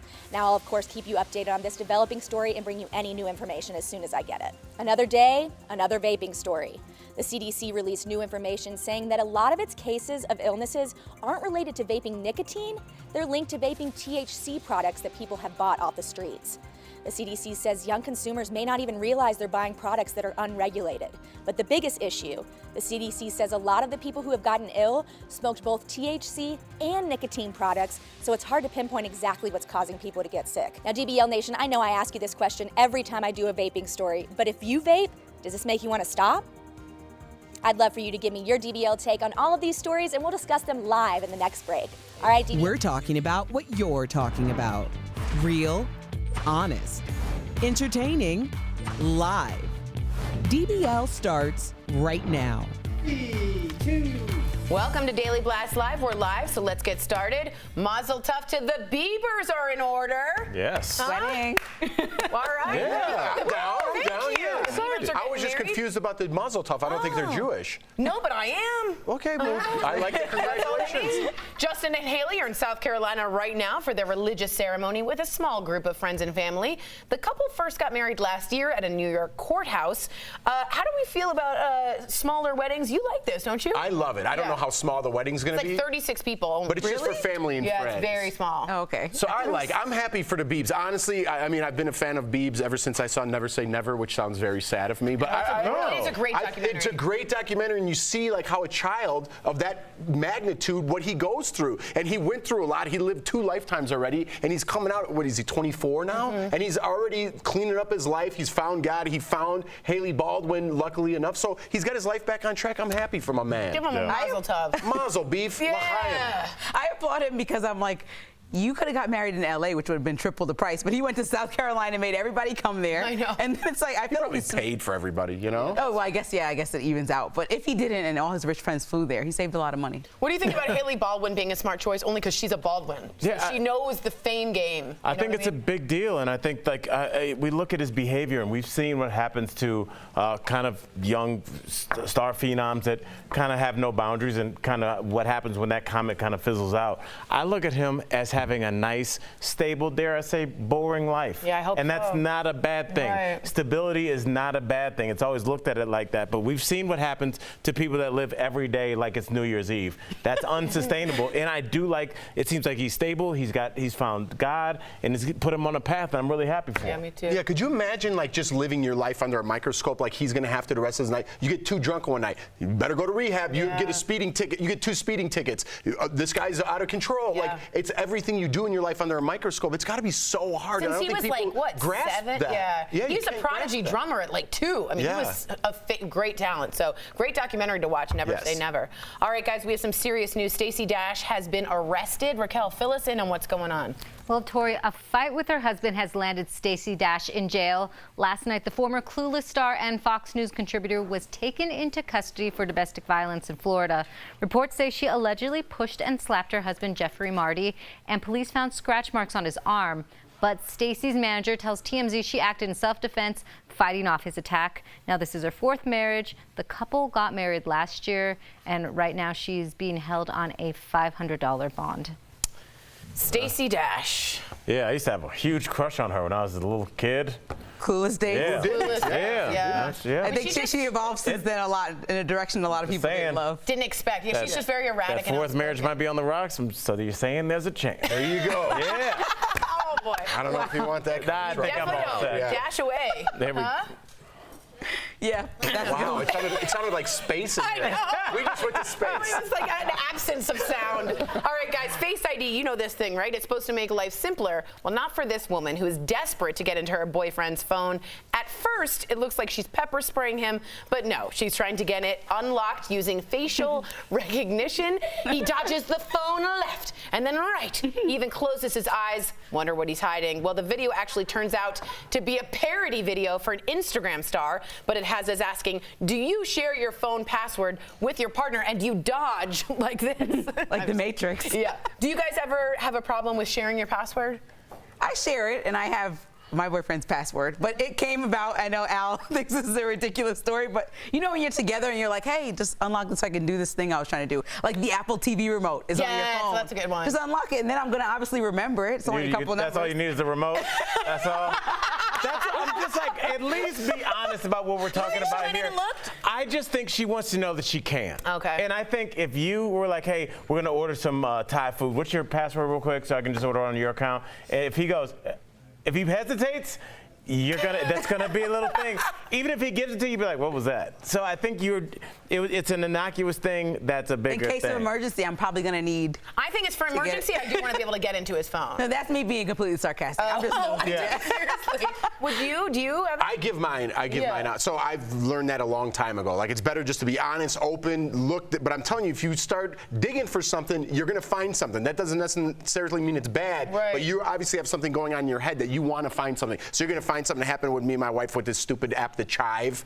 It's a news outlet, but they have women on there sometimes. I got in trouble for that, and I was wondering why she was mad for 2 weeks. It found out that's what it was. But I think you have to be honest with that. And when we were getting engaged, a quick story, I was hiding my phone and my iPad, and I was hiding it all the time because her parents kept calling me, and they're like, oh, we're going to be there, land at like 12. And I was hiding everything, and she actually called her mom and goes, Jeff's cheating on me because he goes in the bathroom with his phone and his iPad and everything. And I just... That's the only reason you go to the phone with your back. But yeah, you gotta be honest. We'll end it there. We're moving on really quickly, so no one can absorb that. Paris Fashion Week isn't over until tomorrow. Stephanie Jones has the very strangest look so far. Steph? That's right, Tori. So Cardi B is taking it to the next level. She rocked this head-to-toe look by Richard Quinn out and about in the city of love, and she tweeted about the outfit saying, how are they going to understand it when they don't even understand me? And fashion designer Tom Brown is throwing it back, way back to before the French Revolution with these, and this is a bit of a shout out to Marie Antoinette. And in case you need the perfect footwear to elevate your wardrobe, what about these dolphin shoes, Lindsay? I've seen you've got quite the collection. Would these make the cut? No, those things are crazy. I can't even do it. Would you ever wear them? I think they're so crazy. No, I couldn't do that. I couldn't pull it off. Steph, would you ever wear shoes that look, I mean, they're kind of Gaga shoes. Would you ever go out and wear Gaga shoes? No, I'd give it a good go, darling, but let's be honest, I'm not the most sturdy of people at the best of times. I walk around a lot with no shoes on, as much to everyone in the studio's disgust. But you know what I'd like to add onto these little beauties? What's that? A little button, and so like maybe bubbles come out the top of it. Like, that's cute, like a little blowhole. Yeah. I'd be into or that. if they were electric, like those scooters, and just went by themselves, I would totally. Or if they made a noise like, ah! Or if it came with a first aid kit. Whoa! Like that. Like, exactly. Definitely. That's excellent. That was really good. Bravo. That was really good. Bravo, Stephanie. I'm glad I contributed today. Thank you very much for your dolphin. Well said. Way to go. Great, all right. A homeless mystery woman is going viral. Oh, this is such a good story. For singing opera in a Los Angeles subway. Watch this.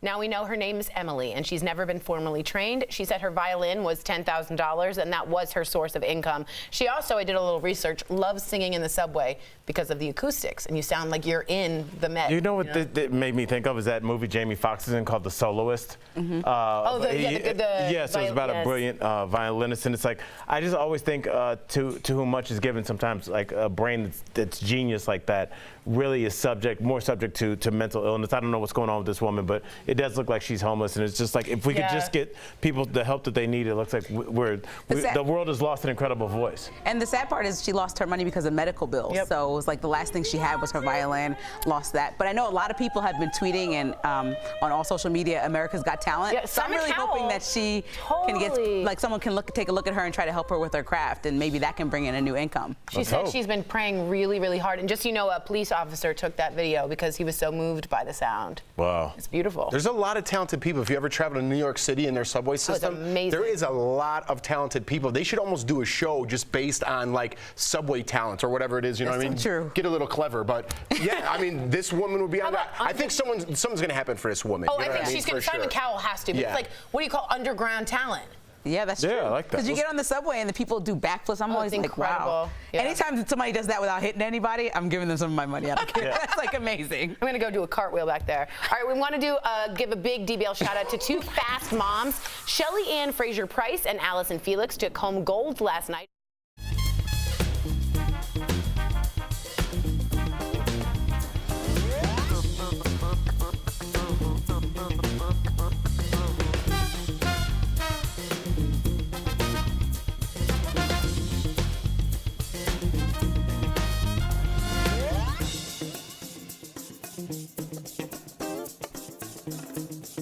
Where we found out that Gal Gadot was 5 months pregnant when she filmed Wonder Woman. Yeah. Like, it's almost like women are hiding the fact they're pregnant. It's amazing. Because in many those are Olympians. Like, they're competing against the best people in the world. I've always said we should have like a regular person running along them so you see what it's like. I always said that. Because it's just like you need to see what I look like because you can't really appreciate how fast those people are. So to do that 2 years after giving birth, to what Serena did right after giving birth, it's just amazing. I think when you're that talented and that athletic, like a great, yes, I was going to use Michael Jordan, but he can't give birth. But I'm saying like a talent like LeBron James or something like that, or Serena Williams. When you're that talented, it's just in you. It's just your body bounces back, and you have that competitive drive, and you're number one for a reason. You know, so I think like being that talented and on that level, it's like you can't take that away from you, even having a baby. I wish we would shine more light on women in sports. When I look at like WNBA and when I look at the NBA, obviously the numbers are totally different, but it's all up to us to continue to watch and support these women so that we can, get them as popular as their male counterparts. Well, I feel like the women's soccer team took a big step this year because I really helped that. Right.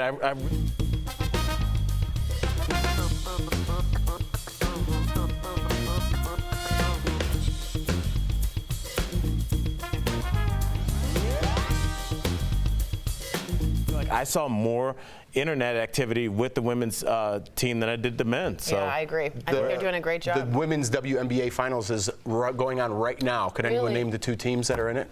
See, this is a shame. I can't. I'm not even gonna. And the Sand Dollars. I watched it this morning and I can't remember. That's not a good sign for you, buddy. We got to do better. For me, I'm just shining a light on nobody cares. That's true. Yeah. It was in the New York Times. I read it, and I still don't know it. Right, yeah, it's... I feel bad for you, buddy. Yeah. We'll find out during the break. Yeah, Coming up on DBL, an Uber driver does something unbelievable for a passenger. Wait till you hear how she changed his life. That's coming up in Heart Threads, and we'll reveal the mystery celeb who's showing off his new face ink and show you some other bad celebrity tats when we come back.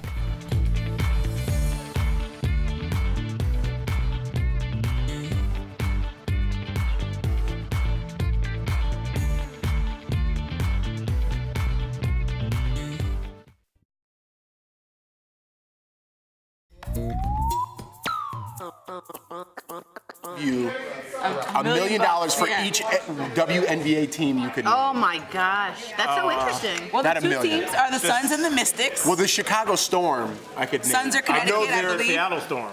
I thought it was Chicago Mystics Storm. are Mystics. I used to be called Mystics when I played the women's basketball. Yeah, we were the Mystics. What's the women? What's the WNBA for Chicago women's? Hold on, I'm gonna get to the bottom. We're gonna get Stu in here. Let's get Stu. Give us the facts. Two burgers, you I'll turn on the game tonight. Is it on tonight or is it like? I think it's going on right now. Yeah, I'll turn Sky. on See, I didn't even know my own city. Like Skyline. I thought it was the Seattle Storm. What's DC? Does DC have one? Wait, do they? This is bad. What's DC? I think the soccer team is the Storm. No, they're not. No, Galaxy. Oh no, that's LA. Washington? Okay. The Mystics? Oh, so are they in the finals? Yeah. Is it my team? Yeah. You read it this morning? Wait, no, that's Washington State, I believe. No, DC. Oh, I'm so Guys, bad. maybe we'll talk about this in the breaks before we start just doing it. Well, see, I thought it was a good point to bring Yeah, it up is a because good you're like, point. let's match men and women, We don't even know and the it's names like of the teams. nobody could even name a team. Wow. Yeah, that's So why. how are they supposed to compete? Yeah, that's the thing. It's all about, like, I remember that, because I mean, the WNBA's been around for 25 years, and there is the obviously it's supplemented financially by the NBA. But the NBA also is saying that what the WNBA does, whether I don't know if we're necessarily the demo for it, they want young women to watch that and continue to follow basketball as a whole. And like if you're a young woman that plays basketball and you're 11 years old, you'll know Steph Curry, but you'll also know a player from the Mystics, whereas like we didn't really grow up with the WNBA, so we're used to just watching football, basketball, baseball. But why isn't more money spent advertising on these people? I would know them if they were advertised a bit better. Like, I know Steph Curry because he's everywhere. But because he's getting paid to sell a shoe. Right, but why aren't they getting But he's paid? also providing. You can't even name a player. But she's saying like it's kind of like a created culture, right? Like, Yeah, but like.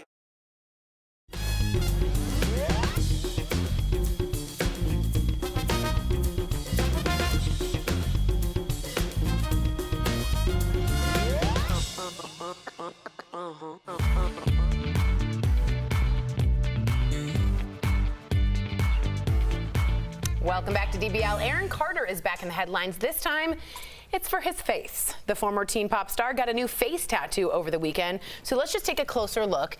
We think his new ink is Rihanna as Medusa. Aaron's been in the news for his ongoing feud with his famous brother, Nick Carter. But with this new body art, all eyes are just on Aaron. He also tweeted a caption saying, "I'm the best thing in music right now. You can't stop me." Not in a good way, I think. Well, this reminded us of some other bad celebrity ink we've talked about, like when Ariana Grande tried to commemorate her song 7 Rings by getting a Japanese tattoo that actually says barbecue pit. Looks like a doll hand. I know. Yeah, I know. Or who can forget when Drake ticked off the entire internet by tattooing himself walking in front of the Beatles. Nice little wave there. And in the Hall of Fame for questionable celebrity tattoos, this horrendous Ben Affleck's giant back phoenix. Let's keep the fun going by showing you more pictures of questionable tattoos, and then we'll all guess which celebrity the ink belongs to. Are we ready? All right, let's do it. All right, let's get some music going. Kicking it off is this lip tattoo of an emoji, the cat crying face emoji to be exact. It belongs to a pop star known for her wild antics in 2014, around the same time she got this ink. So who do we think this is? Katy Perry. You think Katy Perry? That's not bad. 2014. That tattoo's bad. I'm going with That is bad. Taylor Swift. No way. Wait, she's like most vanilla. How about Ari? Miley Cyrus? Maybe Miley. Ooh, that's a good She's one. wild. Let's see who it is. The answer is Oh, Miley Cyrus! Oh, wow. That's such a... That's disgusting. Doesn't it just be like you have something on your lip all the time? You can't even tell what it is. Oy vey. No word on why Miley got this tattoo. Next up, this should be an easy one. Oh. This chart-topping artist is easily identifiable, but his many face tattoos. Who do you think this is? It's Posty. Post Malone. A face tattoo is so bold. I never understand. He's got a lot of them too. It's like, yeah. And you said he's like, you're gonna start seeing copycats with this. We already do. There's a lot of rappers. There's a lot of singers that get a face tattoo. Now And I'm Aaron telling you, it's Carter. like everyone wants to be like, hey, treat me equal. If you get a face tattoo and you're going to get a normal job against a normal person, quote unquote, who do you think's getting that job? Well, I think you're making a decision. You're not working corporate once you do that. So Yeah, but that's what I'm saying. You're cutting off a lot of And you your... make bad decisions too. You have to think about that. That's a person who makes bad decisions in my head. And last, this A-list actor did this tattoo himself at home. Of course, that is Post Malone. But we're gonna go to this one. It's supposed to be one thing, but looks completely different. Here's a help if you still need help. His onstage reaction at the 2017 Oscars went viral. Freddy Krueger? Oh. Weird tattoo. That is a weird tattoo. His on-stage reaction. Alec Baldwin. You don't have that. I don't know. I don't know either. What is that supposed to be? Freddy Krueger.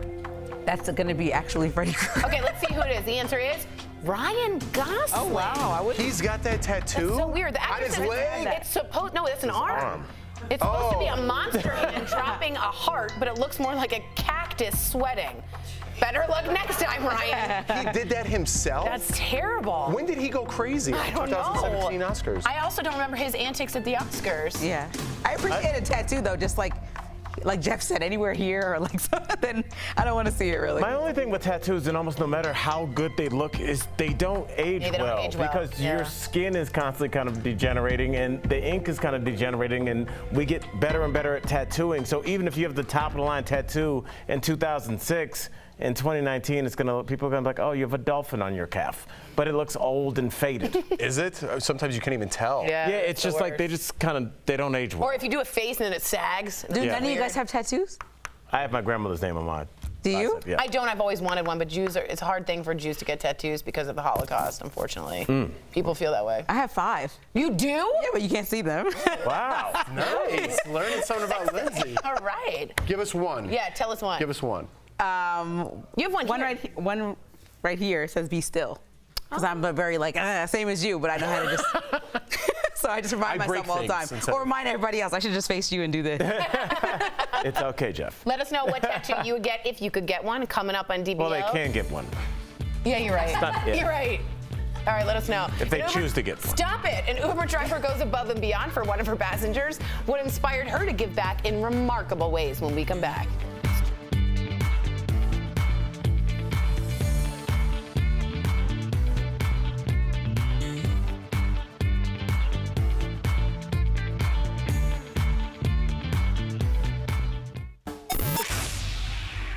Hey guys, welcome back to Beauty Blast. I'm Jeray Banks, or you can find me at Jeray for the Slay on any social media platform. Today, we're speaking about spot treatment versus slathering products all over your skin. This is very important because a lot of people suffer from different things like acne, over texture in the skin, hyperpigmentation in your skin, and the list goes onward and forward. I think I just made that up. It's cool though. However, with any of these type of symptoms in your skin, and when you're trying to correct these, you actually want to take a step back and not just slather them all over your skin. I know, it sounds like a good idea. If I'm breaking out, I should put this breakout product all over my skin so I don't break out in the future. You're wrong, honey. You actually want to use spot treatment for a lot of these, especially for something like acne, hyperpigmentation, or maybe even redness or anti-aging and wrinkles in the skin. Now, acne, for instance, that's a big one for a lot of people. You want to utilize your products or your serum treatments in those specific areas that you're breaking out. So let's say you're breaking out along your nose area and in your forehead. You want to keep your salicylic serums or anything of that nature in those areas because you may be at risk to over dry the rest of your skin. Now, I find that this helps a lot of my clients when they're going through some rough times of the year, especially when you're looking at times right after summer like we're experiencing now, where you might have seen some sun damage happen. Now, if your sun damage isn't happening all over your face, make sure once again that you're being selective on where you're placing your anti-sun damage or your vitamin C products so that you're not over brightening all over your skin, and you're keeping those areas selective to where they need to be so they can really do the job they need to. Now, if you guys have more beauty questions, make sure to write me at Dre for the Slay at any point in the show, and I'm sure to get back to you if I'm here. I mean, I work here, I guess, so I'm always here. It's cool. Write me in and we'll talk soon. We'll see you guys. Welcome back to DBL. Today's Hard Threads is all about an Uber driver who changed the life of a veteran. Watch how this chance encounter between strangers is setting an example for others. After dropping off an elderly veteran at his dirty and neglected home, this Uber driver brought friends together to clean for him. Lauren Mulvihill picked up 89-year-old Ronald Debner from the hospital. When she dropped him off, she was horrified by the conditions of his home. She spent hours trying to find someone to help, but his wife and 2 sons had passed away, leaving Ronald all alone. And I was like, do you have anybody that's coming back out here to help you? Do you have anybody that checks on you? And he said no, he has absolutely nobody. So Lauren started cleaning herself and asked her Facebook friends for help. Friends turned out by the dozens to tidy up and rip out carpets. Friendship, to be together with people who care. I just don't have the words to explain how grateful I am.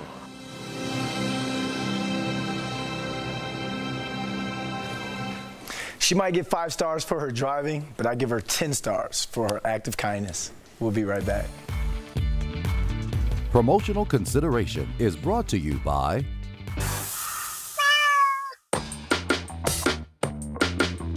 Take your ready-made puff pastry and cut it into thirds. Portion out the apple pie filling on half. You can use your knife to create 2 diagonal cuts on the other half of the pastry. Wet the edges to secure a seal. Fold the pastry over itself and then use a fork to create this cute little seam. Brush an egg wash on the pastry.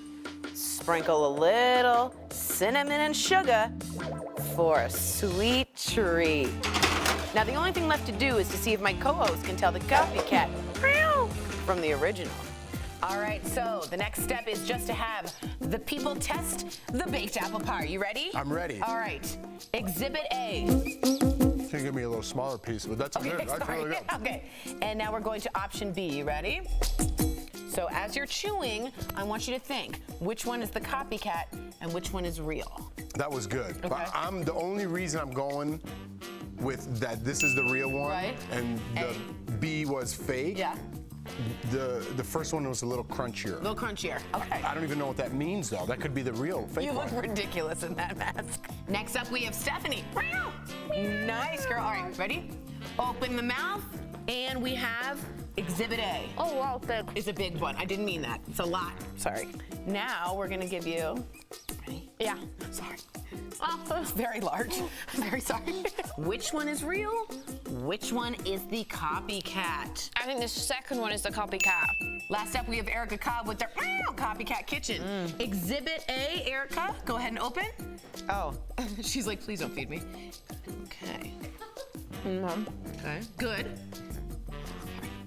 Okay, again, I want you to digest, think about, slowly. Which one's the copycat, Erica, if you had to make a choice? The first one. Interesting. You can remove the mask. We tricked one. Erica Cobb, the copycat was number 2. I'm shocked. I know, she seems it. Well, head over to dailyblastlive.com/recipes for all the copycat recipes. And let us know, guys, what classic dish you want us to feature on the next Copycat Kitchen. We'll be right back. They're both very good. They were delicious. I've had 5.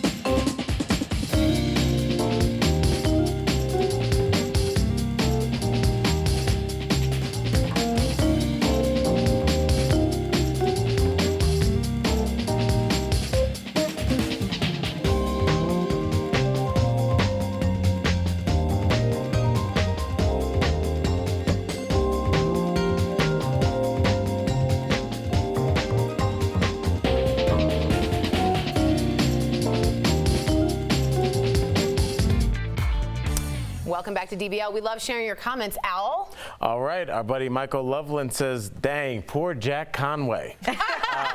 Referring to you and your, third grade beau? Oh, fourth grade. Oh, yeah? He's so cute. Oh, all right, Jack, we wish you the best. I love that. And I actually like this this comment. It says from Rebecca Keir on Facebook, if you don't have anything to hide from your partner, then you wouldn't have any issues. So do you guys believe that? Like you should just phones up, everybody has the code, or do you think there's some privacy? Privacy is important in a relationship. You still have to keep an independence, but at no time should there be like, don't look at my phone, I guess. There's always going to be something that you find that's going to need an explanation. Right, it might be a simple explanation, but if I start digging through my wife's stuff, she told me her password many times. I just forget. I don't know what it is. But if I went in there, first of all, I wouldn't feel good about myself. Right. I'd be like, why am I doing this? Because obviously something else is going on. And then if I found something that I have to ask her about, I have to be like, well, I went in your phone and you're looking, what do you think about this? And she's like, well, that was my cousin.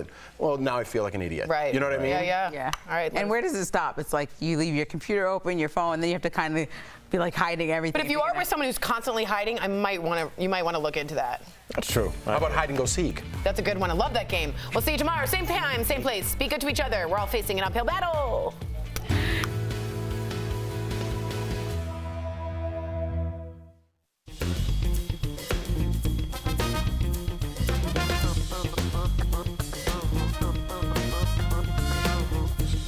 Kelly Schubert here with the DBL Digital team. Tori is coming over to tell you a story that she wants to talk to you about. I'm so sorry. No, you're fine. I was ready for this and then I wasn't. Hey guys, I just wanted to give you an amazing look at a sculpture that was unveiled in Times Square, I think yesterday. This is Kehinde Wiley. He is the artist that created the Obama. What are you guys laughing at? Something in my purse? The Obama portraits in the National Gallery, and it is of this. If we can take it full screen, John. Thanks, buddy. It's a 27-foot bronze sculpture, his first sculpture ever, and it is a huge horse, like a Confederate statue. But on top of the horse is this great African American fellow with dreadlocks, ripped jeans, and a hoodie. So there's so much to it because he based it off of Confederate statues that get this like big moment, but he wanted to bring in the African American culture to represent that moment. Not only that, I think the hoodie, as we all know, represents to me Trayvon Martin. I think that is a lot to do with it. The dreadlocks also have hair is super important in terms of culturally and societally what we've been able to handle. So I just think it's a really cool sculpture, and I think what a cool way of seeing it, doing an old school sculpture base with a new wave. He just made me lose my track of mind. A new wave, an update on that, and a look into the race and into their power, if you will. So again, Kehinde Wiley, look it up. It's in Times Square, 27 feet. It'll be moved out of there, but it was unveiled to a lot of ooh-la-las, and I think it's an awesome sculpture. So let me know what you guys think about this sculpture.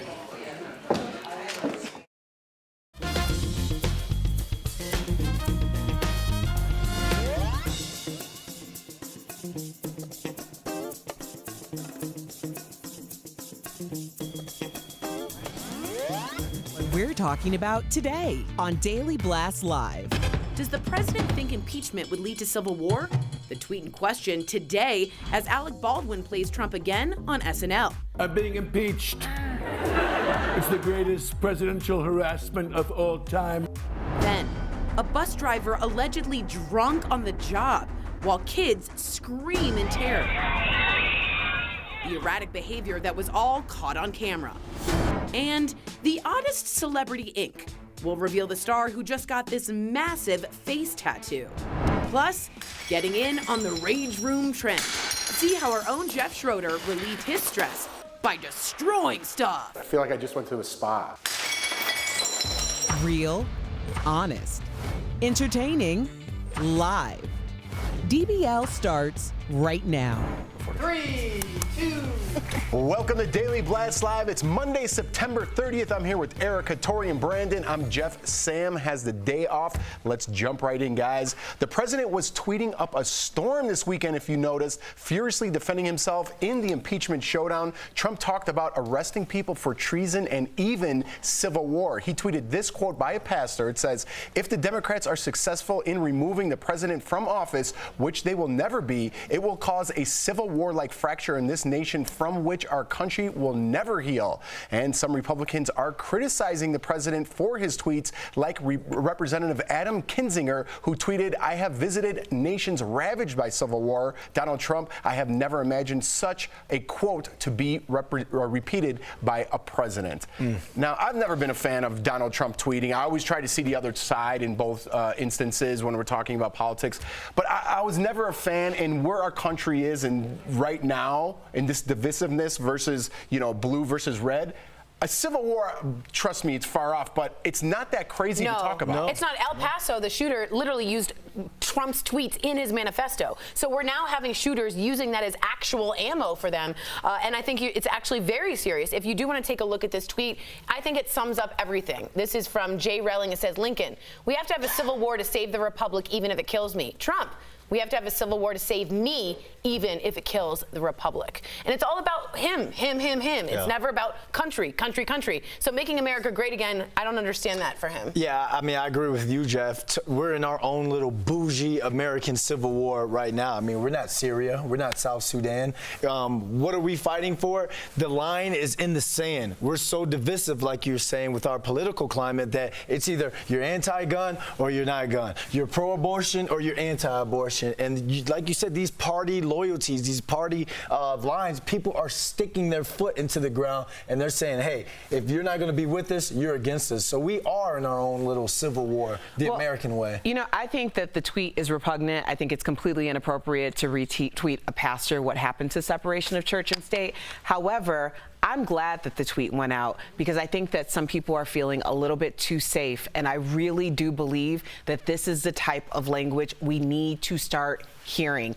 Not because it's comfortable, but because it's not comfortable. It's reality. And the reality of the situation is there are people living amongst us who absolutely are preparing for something like this to happen. For the president to tweet this tells you more than we ever thought that we knew. This is a dog whistle. This is absolutely rallying more than a base. This is rallying a militia. And when people start talking about gun control, I can understand why people are like, wait a minute, now more than ever, you want me not to have my gun, although I know that's not what the debate is about, but still, I can understand why people are feeling more guarded about it because there are modern day survivalists and we're thinking about what is going to happen next. And I think that, if anything, as opposed to making fun of the tweet or questioning the president's competency, I think we should really be thinking about what's behind that message because it's a very scary message.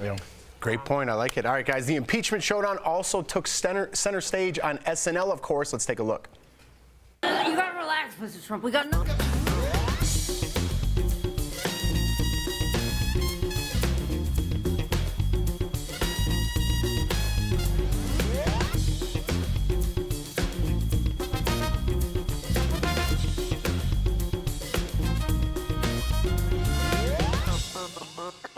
But all joking aside, Joe Biden's campaign has actually asked TV networks like CNN to stop booking the president's personal lawyer, Rudy Giuliani. They say he's obligated to protect the president and he's willing to lie to do it. So should TV networks book guests that are known to lie on air? And Tori, we have some breaking news. We're live every single day. Yeah, we are live.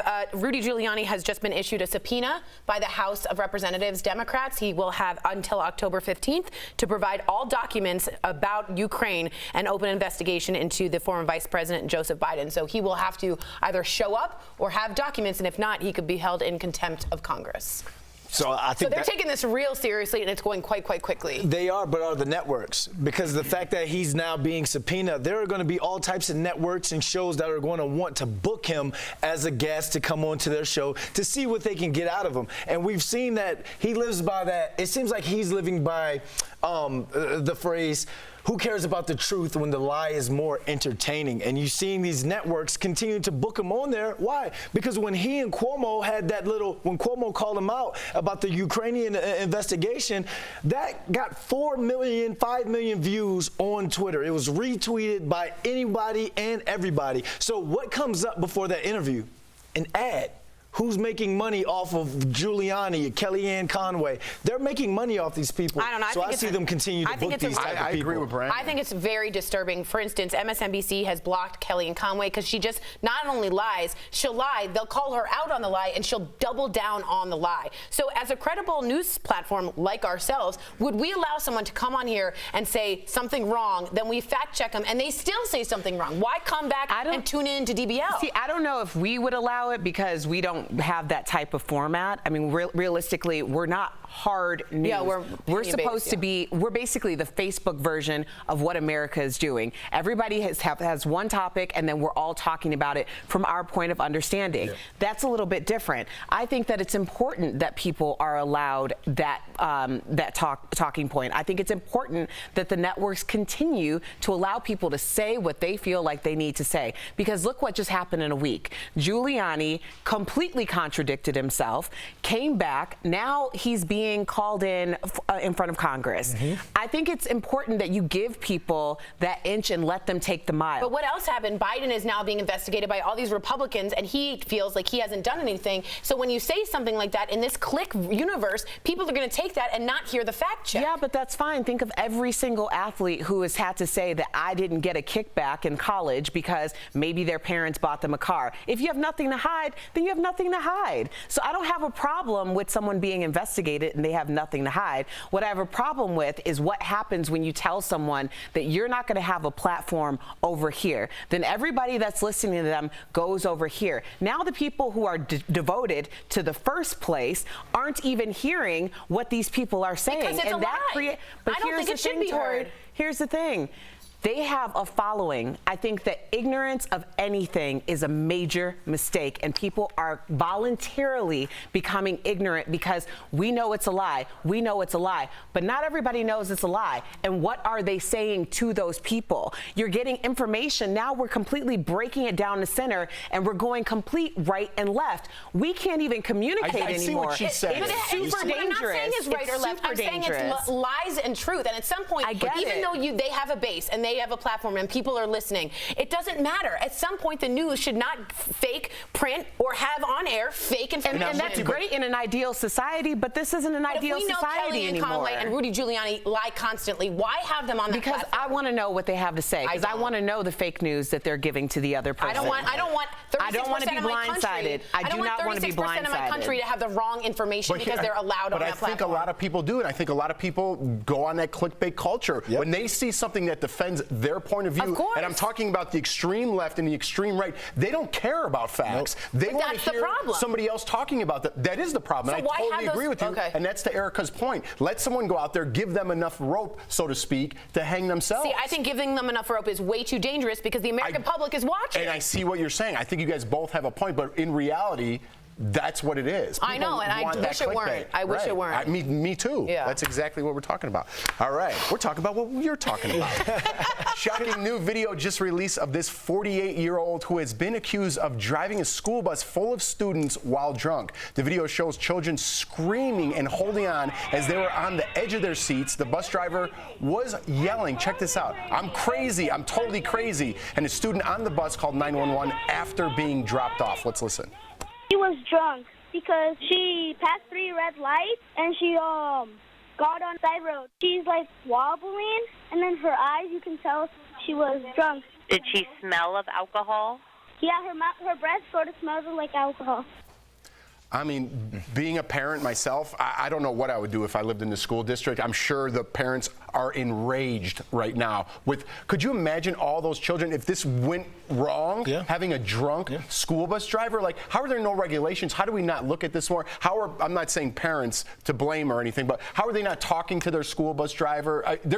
Or screening. There's or a lot something. of things, and even some school buses don't even have seat belts. I remember growing up, we didn't even have seat belts on our bus. Those kids were bouncing all up and down. She has been been charged with reckless endangerment and a DUI. The cops went to her house. They did a breathalyzer. She was a little bit over, but it was a long time after this incident. And she also smelled like alcohol. So it's a crazy story. I don't understand how she could be a little bit over. If you're driving a school bus, just to be zero tolerance, not a .09 from a .08. Oh, it's because she completed 2 bus routes that day, and they were saying there were up to 90 students on her bus, and that's all you're getting is reckless endangerment and DUI.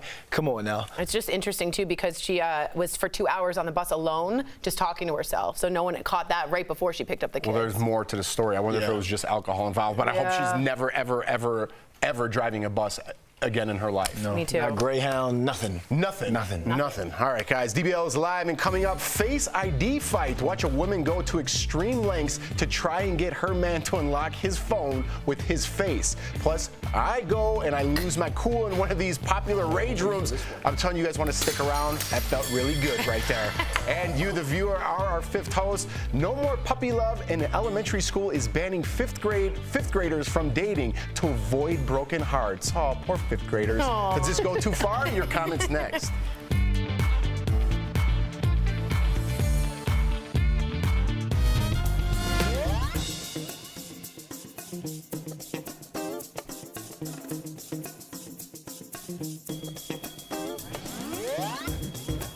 So getting to your comments, guys, Alan Burt says that little boy is a hero that called 911 about the drunk bus driver. Yeah, Kudos. I gotta agree really with is. that. He we really should have is. said that. That was a great point. He definitely saved future children from being in an accident. I also want to know if you guys think it's fine to have a breathalyzer on a bus so that any bus driver would have to do it. Yeah, before you take off, that you'd have to breathe into it. Also, Lenny Flores says, quote, people would rather hear convincing lies than the harsh truth. And I think that's true. That's what I was trying to say. Right, but I don't want to give in to that is what I'm saying. Who cares about the truth when the lies are more so entertaining? dumb, like you said. We should all care about the truth. But people don't care. They want to hear rhetoric that they believe. I agree, but I think the news organizations have a higher scrutiny and should be better than just the people who want to hear. Again, they're putting out trash, I'm saying, to get viewership. And if you're calling it out, I mean, the Rudy Giuliani thing happened in real time. We've been having this conversation for hours, and now it turns out that there is going to be consequences. I do think, though, Congress would have looked into him other than that, but the other thing I'll say is George Stephanopoulos had Rudy on today and basically laughed through the whole interview. And if you're just going to have him on to laugh at him, like, what are you doing? Tori, I think here's the thing, and I totally understand why it's so important to you. Like, this has been like your life. Yeah, like journalistic integrity. The pursuit of the truth and the law. Right. But most people aren't dealing with that, and what we are really, that's why I find that tweet so alarming. But I think it's good that it came out because that's where we are at. That's what he really thinks. That's where we're at. Yeah. And so when we're having these conversations, that's the reason why people are so staunch on the gun control. That's why people are so staunch on allow people to say and feel what they want to say and feel. That's wonderful. That is great. Now I know where you stand. See, but I don't think you're a discerning person. I think if you're not a very educated person, you might not know that. You just think that's the truth. Yeah, of course.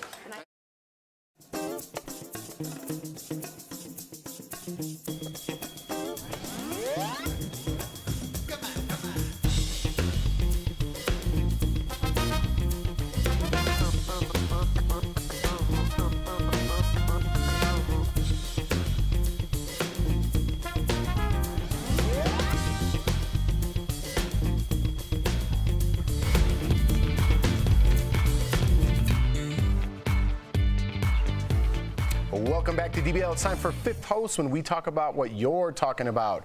Teachers at an elementary school in Indiana banned its 5th graders from dating. This new rule came after students started breaking up almost daily, and their heartbreak was becoming a distraction in classrooms. The teachers even gave a deadline for all students to break up, and some parents are saying they crossed the line. So DBL Nation, were these teachers out of line? Let's kick it off, Erica Cobb. All right. Well, Danny from YouTube says these kids are growing up too fast. They should not have to worry about getting dumped every day. I support the ban.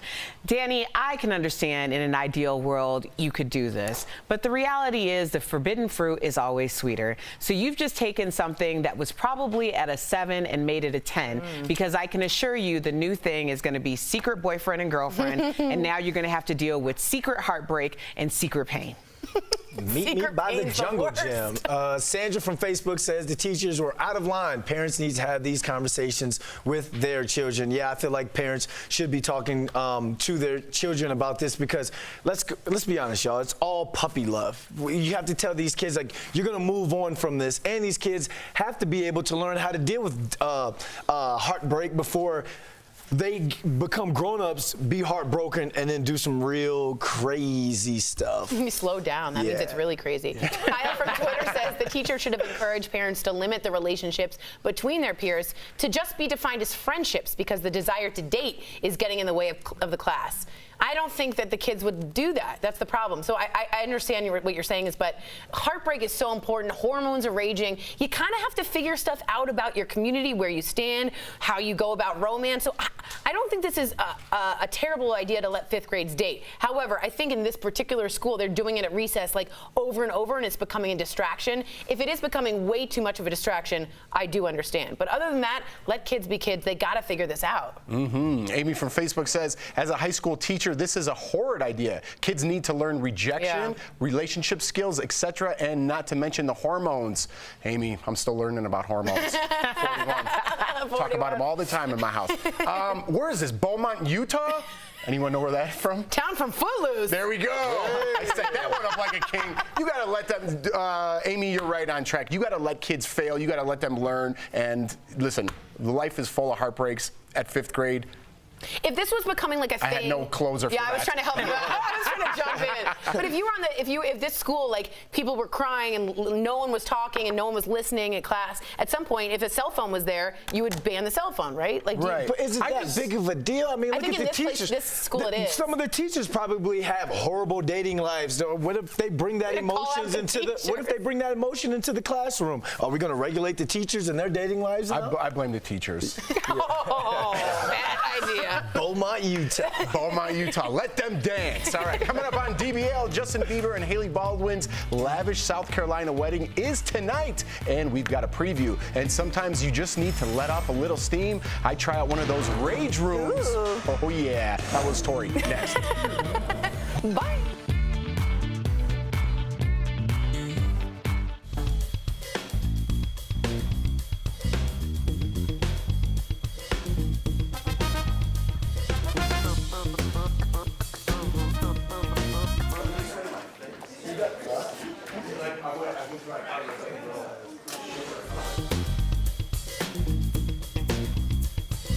Hey guys, happy Monday.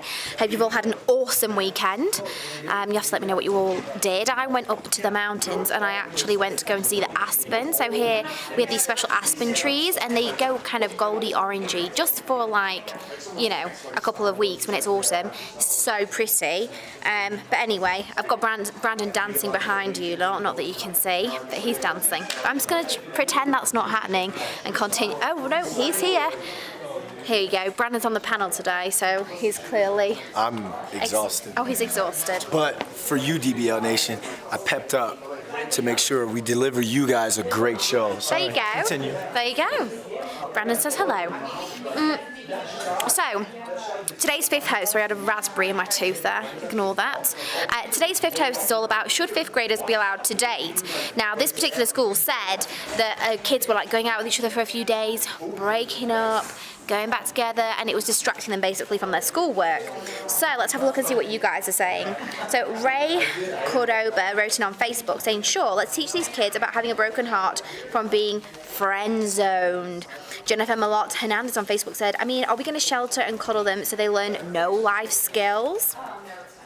I hope it is Pri Hubbard on Facebook said yes. It's for the parents to decide. We've got so many different comments here. Teresa Jones wrote in on Facebook saying 5th grade shouldn't be dating, but parents should regulate that, not a school issue. Right, so I'm not from America, so I'm not entirely sure. How old are you? How old are you in 5th grade, guys? 10, 11. Okay. So I think it's normal at that age for boys and girls not necessarily to be in like a serious relationship of any kind, but I think it's normal for them to like say they've got a best friend or a boyfriend or a girlfriend. It doesn't mean they're actually boyfriend and girlfriend. I think normally it just means that they're just hanging out. Maybe they hold hands. I'm not really sure. But I don't think it should be down for the school to say what they can and can't do at that age. And I don't know, is it going to cause other problems? Will it cause children to rebel? I'm not sure. But I think at that age, children aren't really sure about their romantic feelings anyway because they're so young. So I don't know. Donna Versalone on Luther on Facebook said 5th graders shouldn't date, but not the school's call. I agree with you, Donna. I think, you know,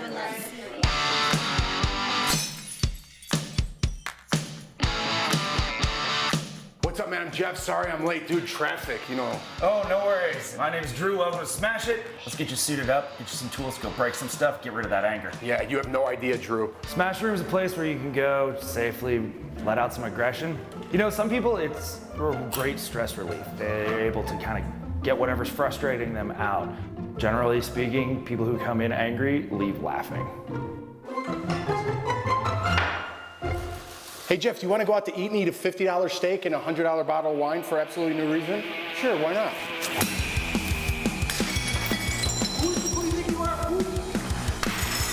You don't like what I have to say on TV? You think my hair's too gray? I'm too old? How about this?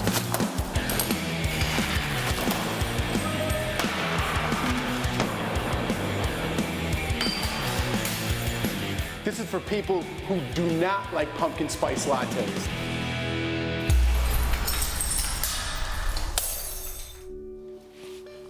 Just look at that. Feels good. Feels good. I feel like I just went to a spa. I would definitely recommend this to others. This is the kind of therapy that works for me. So if you're like me, hit a Smash Room. There you go. I feel good. I've always been a little high strung, if you guys didn't notice. No, not at all. And that helps me out. So I like it. That's good. You knit, I break. Were you broken up with a lot as a 5th grader, and that's where all this rage comes from? Perhaps. I just like to stuff my feelings way deep down. Yeah. Did you feel, were you exhausted at the end? Yeah. 'Cause it's a lot of like, you know, It anger was is a lot. coming- I was very excited and happy breaking everything, and then by the end I was like, I'm good. I'm good. I got it out. I was excited for you because you've been manifesting this like since way before this was a thing. We should go with like a group. Yeah, smash it all. Make sure toys not in the room with you. I'll kill someone. That's terrible. Wow. No, I mean like, 'cause I'm so clumsy. That was a threat. I feel threatened. Coming up on DBL, a caught-on-camera fight over Face ID. A woman stops at nothing to get her guy to unlock his phone. And what celeb got a new tat on the entire side of his face? The big reveal and other questionable ink later on DBL.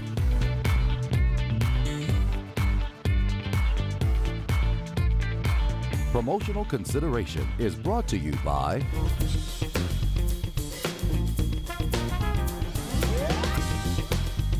I think that you should try a Smash Room.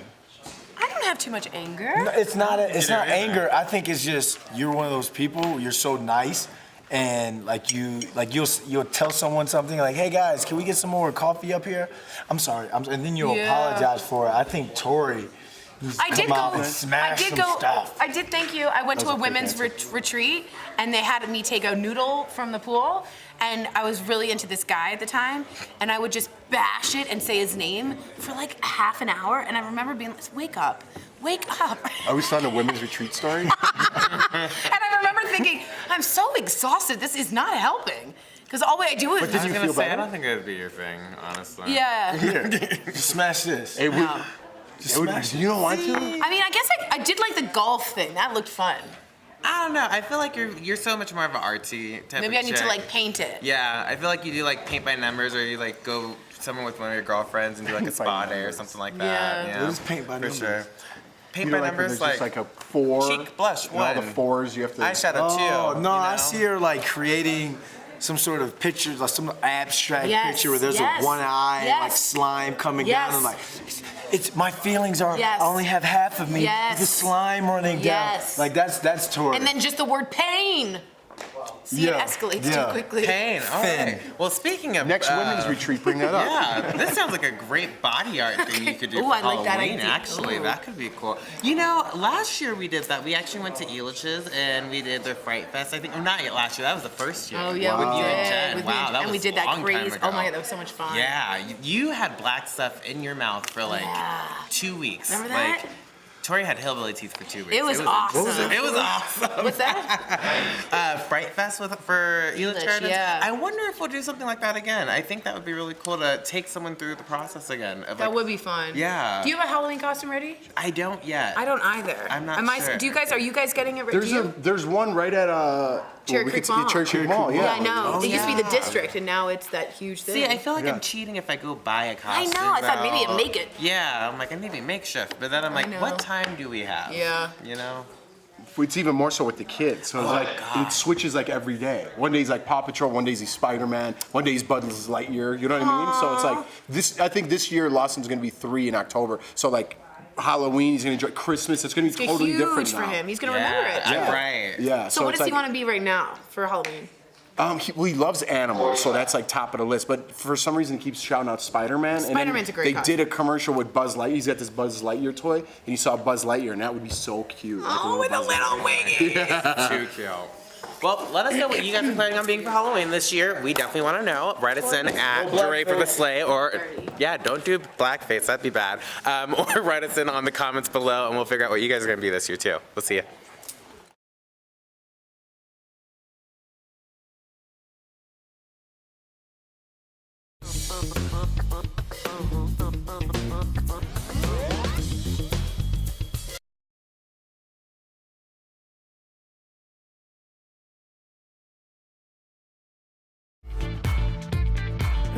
Welcome back to DBL. We love sharing your positive comments, Tori. Well, Lenny, what was that about? I don't know. Sometimes you get a little negative, and we run out of time, and that's the last thing that people remember. So, Lenny Flores writes, people would rather hear convincing lies than the harsh truth. He says, the sad fact is you can't stop the liars and the ones who choose to listen. Corruption and greed run this country. It's up to the people who know the truth to be a loud voice and to lead. Corruption and greed. Yeah. I thought that's an important thing to say. And I think not only to be a loudmouth and to lead, to stop it. If you hear something, alternative facts or lies, stop it. Did I ruin the Totally mood? ruined. Okay. We'll be back with some more positive news. 13 million views and counting. A woman tries desperately to get a man's Face ID to unlock his phone. I wonder what he's hiding. And when bad tattoos happen to good people, the worst celebrity ink. When DBL comes back.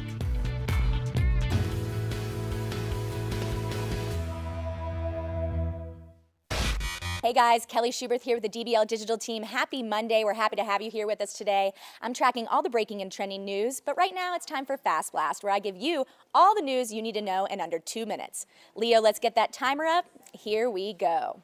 Now we start with a warning for our viewers that may get heartburn.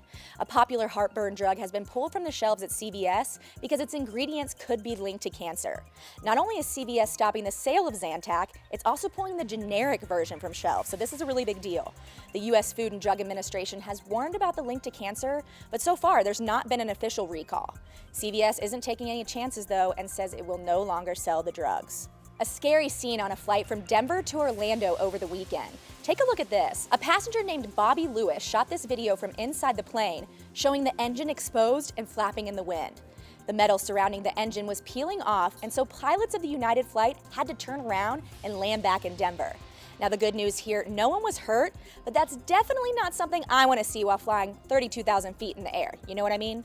No thank you. And it's day 7 of the Dallas murder trial making national headlines that we've been covering for you. Last September, Amber Geiger shot and killed her neighbor, Botham John, after she says she mistook his apartment for her own and thought he was an intruder. Now on Friday, we showed you testimony from Geiger herself as she took the stand in her own defense. Today is an important day in the case because we could hear closing arguments. Now I'll of course keep you updated on this developing story and bring you any new information as soon as I get it. Another day, another vaping story. The CDC released new information saying that a lot of its cases of illnesses aren't related to vaping nicotine, they're linked to vaping THC products that people have bought off the streets. The CDC says young consumers may not even realize they're buying products that are unregulated. But the biggest issue, the CDC says a lot of the people who have gotten ill smoked both THC and nicotine products, so it's hard to pinpoint exactly what's causing people to get sick. Now, DBL Nation, I know I ask you this question every time I do a vaping story. This is Daily Blast Live. We're talking about what you're talking about. Real, honest, entertaining, live. DBL starts right now. Welcome to Daily Blast Live. We are live. Let's get started, guys.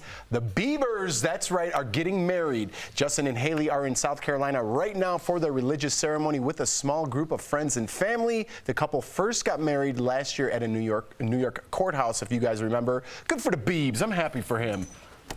Nobody else says cool. I like the way they did it. I like how you get married in the courthouse and then you have a private ceremony for family and friends. Now, I don't have enough rich and family and friends that are like celebrities that can take off on a Monday to go to a ceremony, but at the same time, congrats to the Biebs. I think all the days are the same to them. Yeah. I mean, they do what they want because they're popping. I do think that, one, I think it's a really great way to do it, the two different ceremonies. My husband and I did that for legal reasons because we were getting married in Mexico. And it was a lot better because we actually really paid attention to what was happening as opposed to all of the optics and all of that, which are going to be out of control for them. Yeah, I agree. I also just think Haley Baldwin's a good match. You have someone that grew up with fame. She's a Baldwin. She's an actual Baldwin. So if you know for a fact she's not going to go at you for money or go at you for fame, she just seems to be grounding for him. Well, because she grew up in that atmosphere. Yeah. He kind of came up like that. Exactly. He didn't know any other way, which I think led to a lot of his problems when he was in his teenage years. And, you know, he's over that now, it seems like. He's 24. He's found religion. He's found God. He's found Haley Baldwin. Yeah. It seems like he's in a really good place. So, man, I was a fan of the Biebs before, and I'll continue to be a Biebs fan. I will recommend that Never Say Never. If you guys haven't seen the documentary and you kind of make fun of the Biebs, because I did, watch it, and there's a lot more respect. It shows when he's a little kid. He's a drumming prodigy. Yeah. Unbelievable. He's the Biebs. All right. Actress Stacey Dash has been arrested. Raquel, fill us in on what's going on. Well, Jeff, a fight with her husband has landed Stacey Dash in jail, and police in Florida just released a video of her arrest. All right, I'll walk you over to my car and I'll explain everything to you, okay? Am I being arrested? I'll explain it to you in a second, okay? I'm an actress. Oh, okay. Like TV or Both. what do you act in? TV, movies. Well, like, you know, like I any did like. a film called Clueless. Okay. Now, this happened last night, and what you heard was Stacey explaining she's an actress and political contributor while being taken into custody for domestic violence. Reports say she allegedly pushed and slapped her husband, Jeffrey Marty, and the couple got married last year. This is her fourth marriage. Stacey's manager tells TMZ she acted in self-defense, fighting off his attack. Wow. Well, dude, that's embarrassing that you said I'm an actress. I'm sorry. in Clueless. Yeah. She said, I'm in Clueless.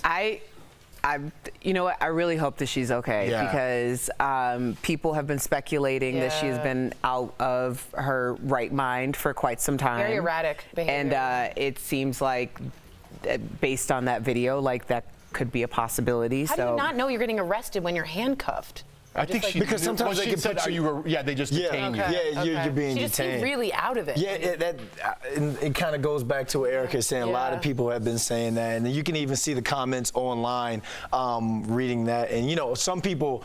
They think they're laughing at her, you know, in that way, in that manner because of the things she's come out saying on Fox News as a contributor and all. But at the same time, if it is something where she's going through some things, you want to see somebody get help, you know. Yeah, but I don't know. I said that to Al Jackson, our other co-host. And he said, "Would you say that if it was a man?"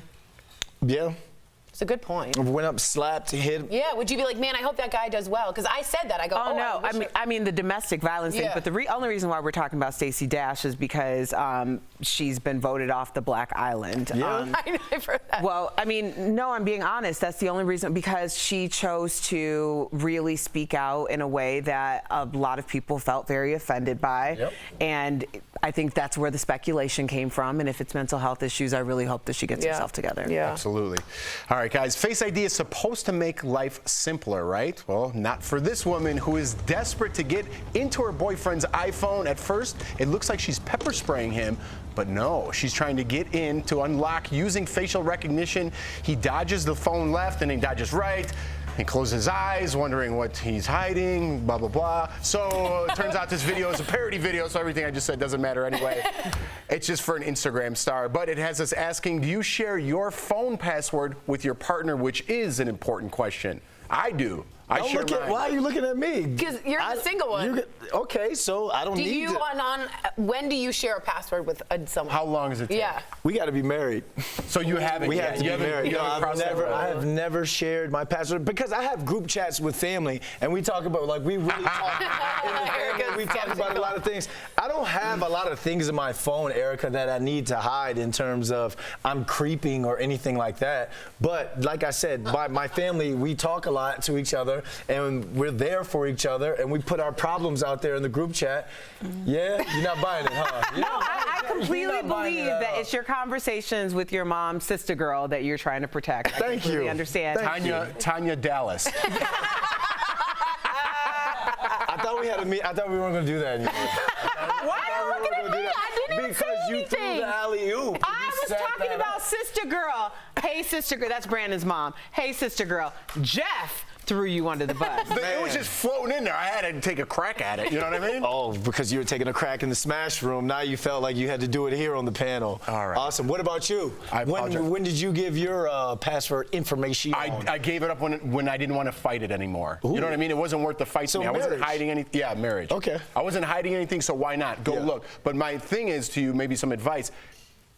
Well, maybe not advice. I shouldn't give anyone advice. But if you go looking for something, you're going to find something that needs an explanation. It might not be bad. It might not mean that you're cheating or anything. But you're going to find something that someone doesn't understand. Like Sister Girl. You know what I mean? If I went through your phone and found Sister Girl, I wouldn't think it was your mom, but it is your mom. That's true. You know what I mean? True. You know what? I'm in that stage right now, Tori. Hold your phone. You're me. Okay. And like, they'll be like this. They'll look over and try to like look over and see like what it is that I'm doing. I'm talking and I'm tweeting all the time, you know, social media, my stuff with the New York Giants and all. But sometimes I'll be out on a date and a woman would just be like, try and see what's going on. Yeah, I got news. It's never that interesting. It really isn't. 99% of the time, it's not that interesting. It's like what my mom used to say to me with my little origami notes, and I'd be like, Mom, did you read my note? And she's like, I have news. You're not that interesting. So it's like, it's true. How are you? Are you in the trust tree? I'm in the trust tree, yeah, because I think for emergencies, I want to get into his phone. But I have to, I also gave it to my boyfriend. I didn't have an issue, and for a while, I didn't have a password. Oh, yeah, we all remember that. You had to put it on there so Al would stop stealing your phone and texting us. Screen covers and texting them. Yeah. As me. No, but that's a good point. The emergency thing, that's the only time, and my husband and I have each other's codes if we remember them, which we hardly do, but the emergency time is the only time I've ever been trying to get into his phone. And just in case, yeah. Well, Apple should have that then. They should create that, like a spouse emergency thing on there. No, but it only allows you to get to certain things. Like you can put in, all right, I can put in my mom's number, I can put in my grandma's number, I can put in the vet's number. So if something happened and you really needed it, you could do this, and then it only gives you the certain amount of all right, let's do that. Contacts. Let's go down this road. Okay, let's do it. What emergency would you have that you would have your partner's phone and they wouldn't? And you don't have a phone. What emergency would you have? Well, I had an emergency where I couldn't articulate because I was having a panic attack and we couldn't get the phone open and I couldn't articulate my number. So in that case, he had to remember what my password was because I wasn't able to say it. But didn't he have a phone? But he was trying to get in touch with my people. Get into her phone to get in touch with her people.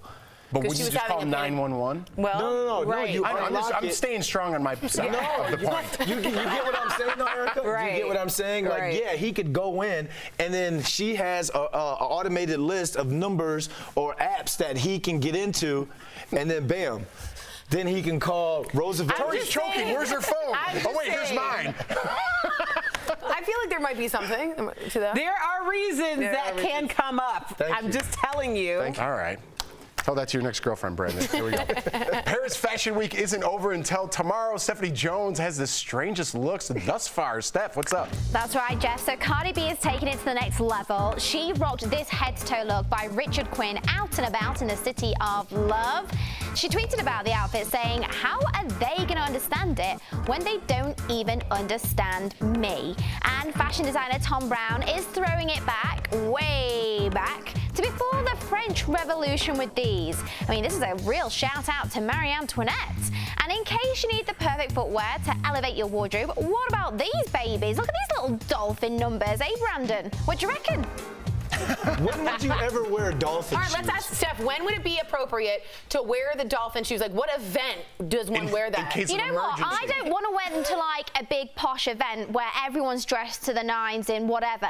These are like, I'm going down to Target and I'm feeling a bit low and I need a bit of a self-esteem boost. And people are like, whoa, your shoes. Oh. Yeah. Like the opposite of where you think you should wear them. Oh, wow. That's where you should wear them. Like maybe you're taking out the trash and you just want to take your dolphin with you.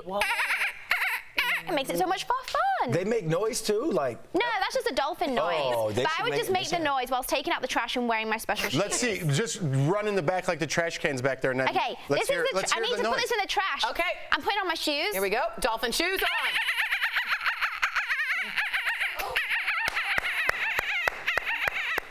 She committed. Quick, a raccoon's having babies. She committed. All right. I thought you were going to run in the back, but sticking around is good too. That would be me taking the Make trash. Steph do stuff hour, okay? Steph, one more time. No. All right. No.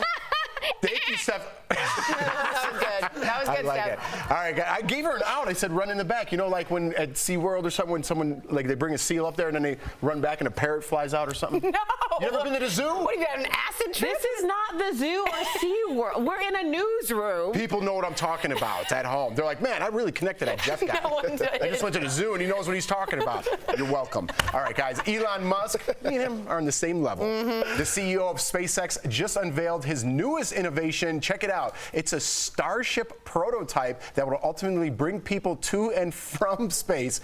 Good point there. They're coming back and be reusable. He says he wants to make space travel like air travel and says his new Starship will be ready to make orbit in less than 6 months. Are you getting on that thing in 6 months? I gotta be honest, it looks like a tinfoil popsicle. It just doesn't look really put together, and the comments reflect that. Popsicle? It's French. It's French. It's a French popsicle. No, it just looks like really shoddy. Like the other one, especially. It looks like a silo. That's not okay for me. That looks like R2-D2. Yeah, I know, but from 1981. The bigger one, I'm thinking maybe those are solar panels. Well, yeah, if but you're gonna go far, it looks like they like stapled them in. I don't know. I don't feel comfortable with that. That's not your thing. In 6 months, are you going on there? Absolutely not. She's definitely not. Would you? I don't even like to fly. I'm not getting on that I know. thing. People really want to go, though. Have fun. Coming up on DBL, an Uber driver does something unbelievable for a passenger. Wait till you hear how she changed his life. That's coming up in Hard Threads. And we'll reveal the mystery celeb who's showing off this new face ink and show you other bad celebrity tattoos when we come back.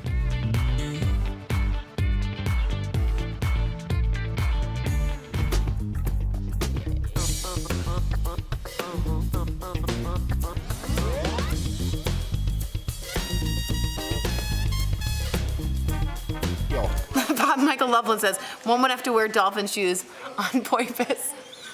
Poipus, see, I get it. Listen, you never been, did you ever go to the zoo here? Yeah. You know when they bring out, so you sit in the audience with the kids, and then they bring out a pig, and then they bring out a seal, and then a You mean like a parrot flies show? over. Yeah. Yeah, I'm sorry. I thought you were just talking about the zoo where people randomly bring out a seal and then a parrot appears. You didn't say we were at a show. I said backstage. Where do you think I I didn't was? understand what you were saying. Use context. I didn't understand what you were saying. Backstage, where would you be? That's why I was like, what are you talking about? Did you ever hear this joke? If you have a parrot Unless she just ignores my points. If you ever have a parrot and you don't tell it to say this, help, they turned me into a parrot. You're wasting everybody's time. You like that. You've told it 10 times. That's so clever. Get it? You've heard it before, I'm a parrot. Brandon? Help, they turned me into a parrot. Do you get it? I get it, but I feel like you don't get it. Do you really get it? I get it, Like, yeah, because it's a person. It's in like, the parrot. Do you guys get it? Did anyone laugh? Just write in Nobody. laugh. One person just write in laugh. And it can't be Michael Loveland. Or EXO, or I love Stacy. people. Someone new, or someone who doesn't comment that much. This could be has your to first write comment. it. This could be your first. Or say don't laugh, or say non-laugh. The other thing too is this. Stacey Dash is washed up. Isn't it sad that she had to go back to Clueless? Who else said that? Remember when Reese Witherspoon. Oh, no, not Reese. Oh, it was? It was Reese I'm an Witherspoon. actress. I'm an actress. Don't That's you know? right. You That was so embarrassing. Man, no, man, I got 6 Super Bowls. You would say Three Grey Cups. That's trying to get, but it depends on who the officer is. Sometimes you get out. Sometimes. What would I say? I cross-stitched, sir.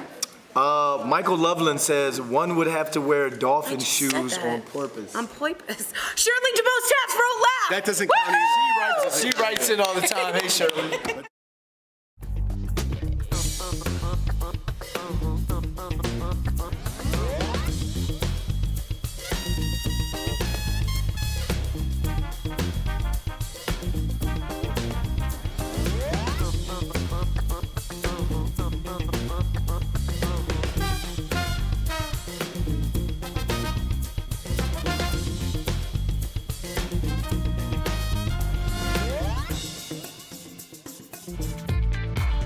Welcome back to DBL. Aaron Carter is back in the headlines. This time, it's for his face. The former teen pop star got a new face tattoo over the weekend.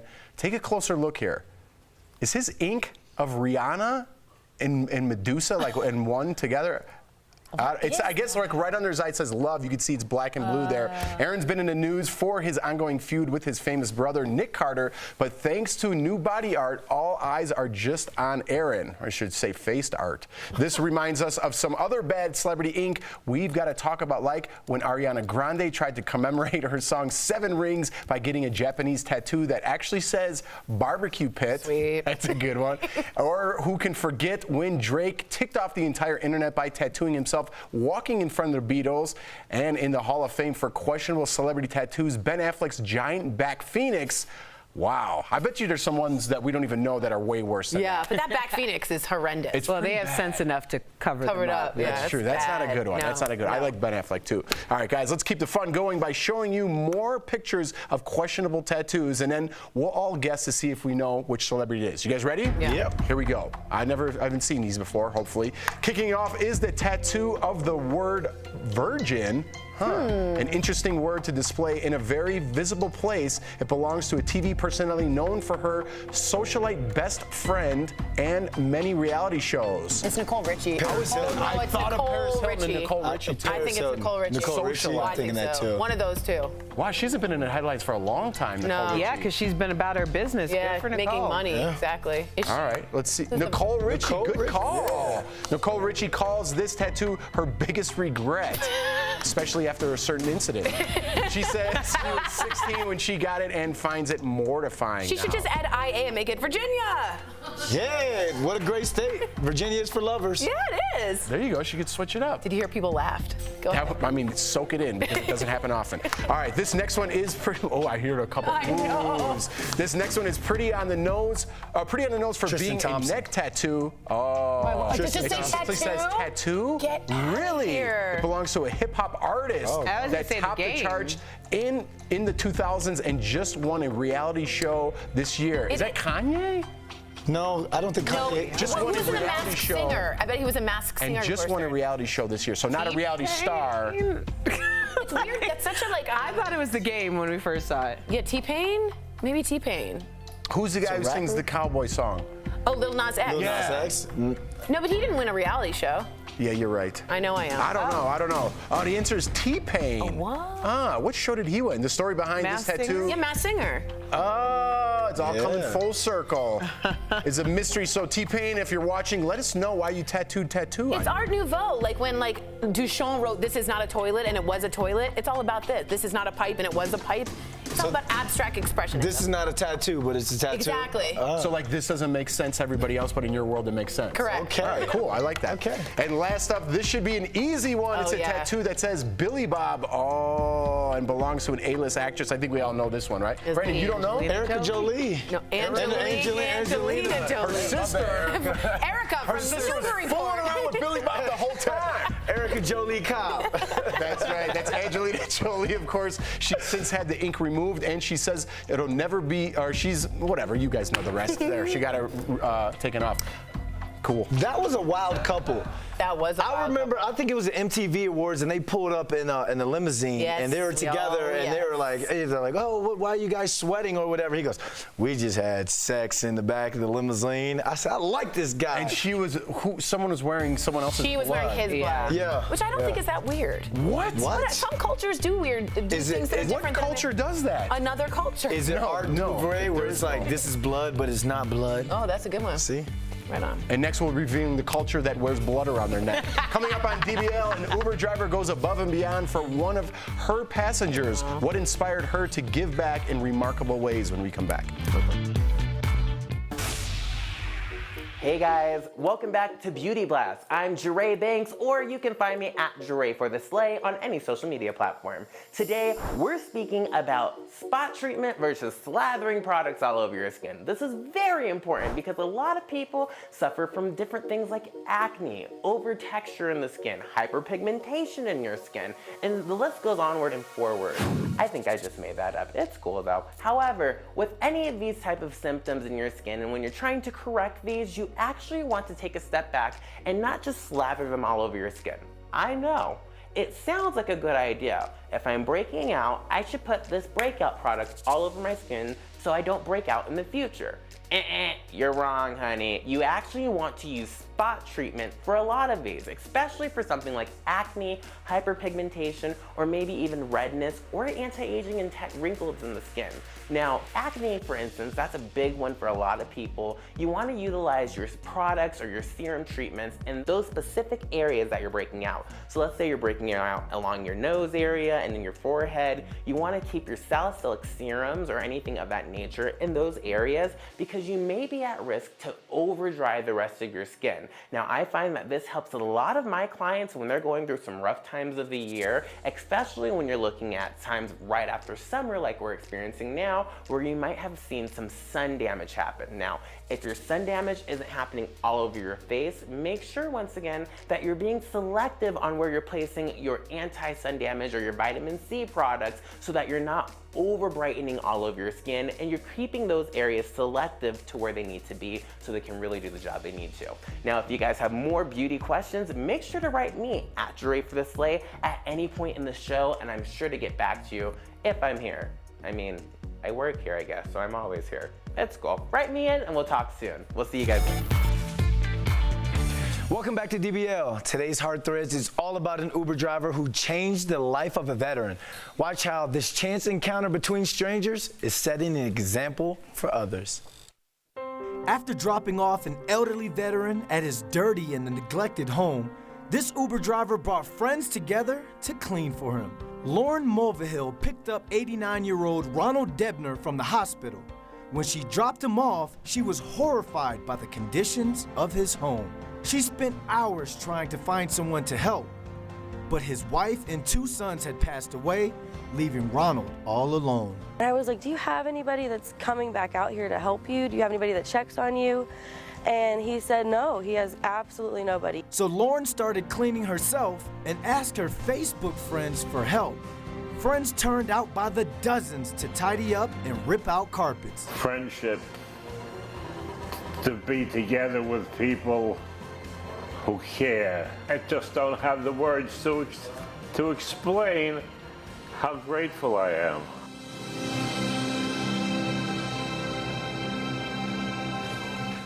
She might get 5 stars for her driving, but I give her 10 stars for her act of kindness. We'll be right back. Promotional consideration is brought to you by... Ever fantasized about a cartoon character? Turns out 1 in 4 people have. That means one of us on this panel. Maybe it was Jessica Rabbit or Prince Eric from The Little Mermaid comes to mind. A new study says people who fantasize about fictional characters are uncomfortable with intimacy, and that 1 in 6 people fantasized about sex with an alien. Okay, can I just stop there with these stats? Yeah. No one's ever asked me in my life, do I want to have sex with an alien for a survey? Where do you get these numbers? 1 in 6 people want to have sex? Probably Pornhub. Yeah. They have stats. Okay, when was the last time you took a survey on Pornhub, Al? Well, no, they have data on what's been downloaded. Search history. Yeah. Get out of here. Okay, so get out of here. Not everybody's on Pornhub. You can't just throw around numbers. There's a lot of people 1 in 6 people. 1 in 6. Who in here wants to have sex with an alien? No one's gonna yell that out. Oh, we have One person. one person here. 2 people here. Yeah. 2 people, but the one person's holding up both her hands. Yeah. She is wearing alien green, Yeah. too. Listen, I will be honest, because we do say that we are completely honest on this show. I never sexually fantasized about Howard the Duck, but I did have a crush on him at like 8 years old. So. But where did you think it was gonna go? You had a crush on that? That is scary. That Sam's type. I That's was more of like a shot at your 8. husband. I was like 8. Oh, really, You clearly Al? have a type. Al Jackson, you said earlier today that you sexually fantasized about one particular cartoon. Okay, at least I had a crush, didn't sexual fantasize. Who did you sexually fantasize about, I said Holly Al? from that movie Cool World, but I thought she was sexy. I didn't say I sexually fantasized. See, what's wrong with that? When it was She's 1992. hot. I was She's like, hot. yeah, that's about she's that hot. time. Jeff? I mean, the classic Jessica Rabbit comes to Did mind, you right? sexually fantasize about Jessica Rabbit? No, I was 8. Yeah, you still know what's So going you on. just had a crush on her. You had a crush on her. Erica's shaking her head. Never, Erica. Well, I was asked just like all of you were asked, and apparently you responded with a name. I responded with, "This is weird. Stop asking." I don't get this at all. That's why it's 1 in 4. But clearly on this panel, it's 3 out of 4. It's not, though. These numbers, people just make up these numbers, and no one questions them at all. I think you'd be surprised. I think you'd be shocked. 8 billion people in the world, Shocked, bro. 1 in 6? Get real. No way I'm buying that. Okay. You don't have to buy it. Now, is this He ever doesn't have or to buy it. currently? What? Like this? I don't know, Al. I didn't come up with this. Now we're taking stats All from right. people who've passed on. Okay.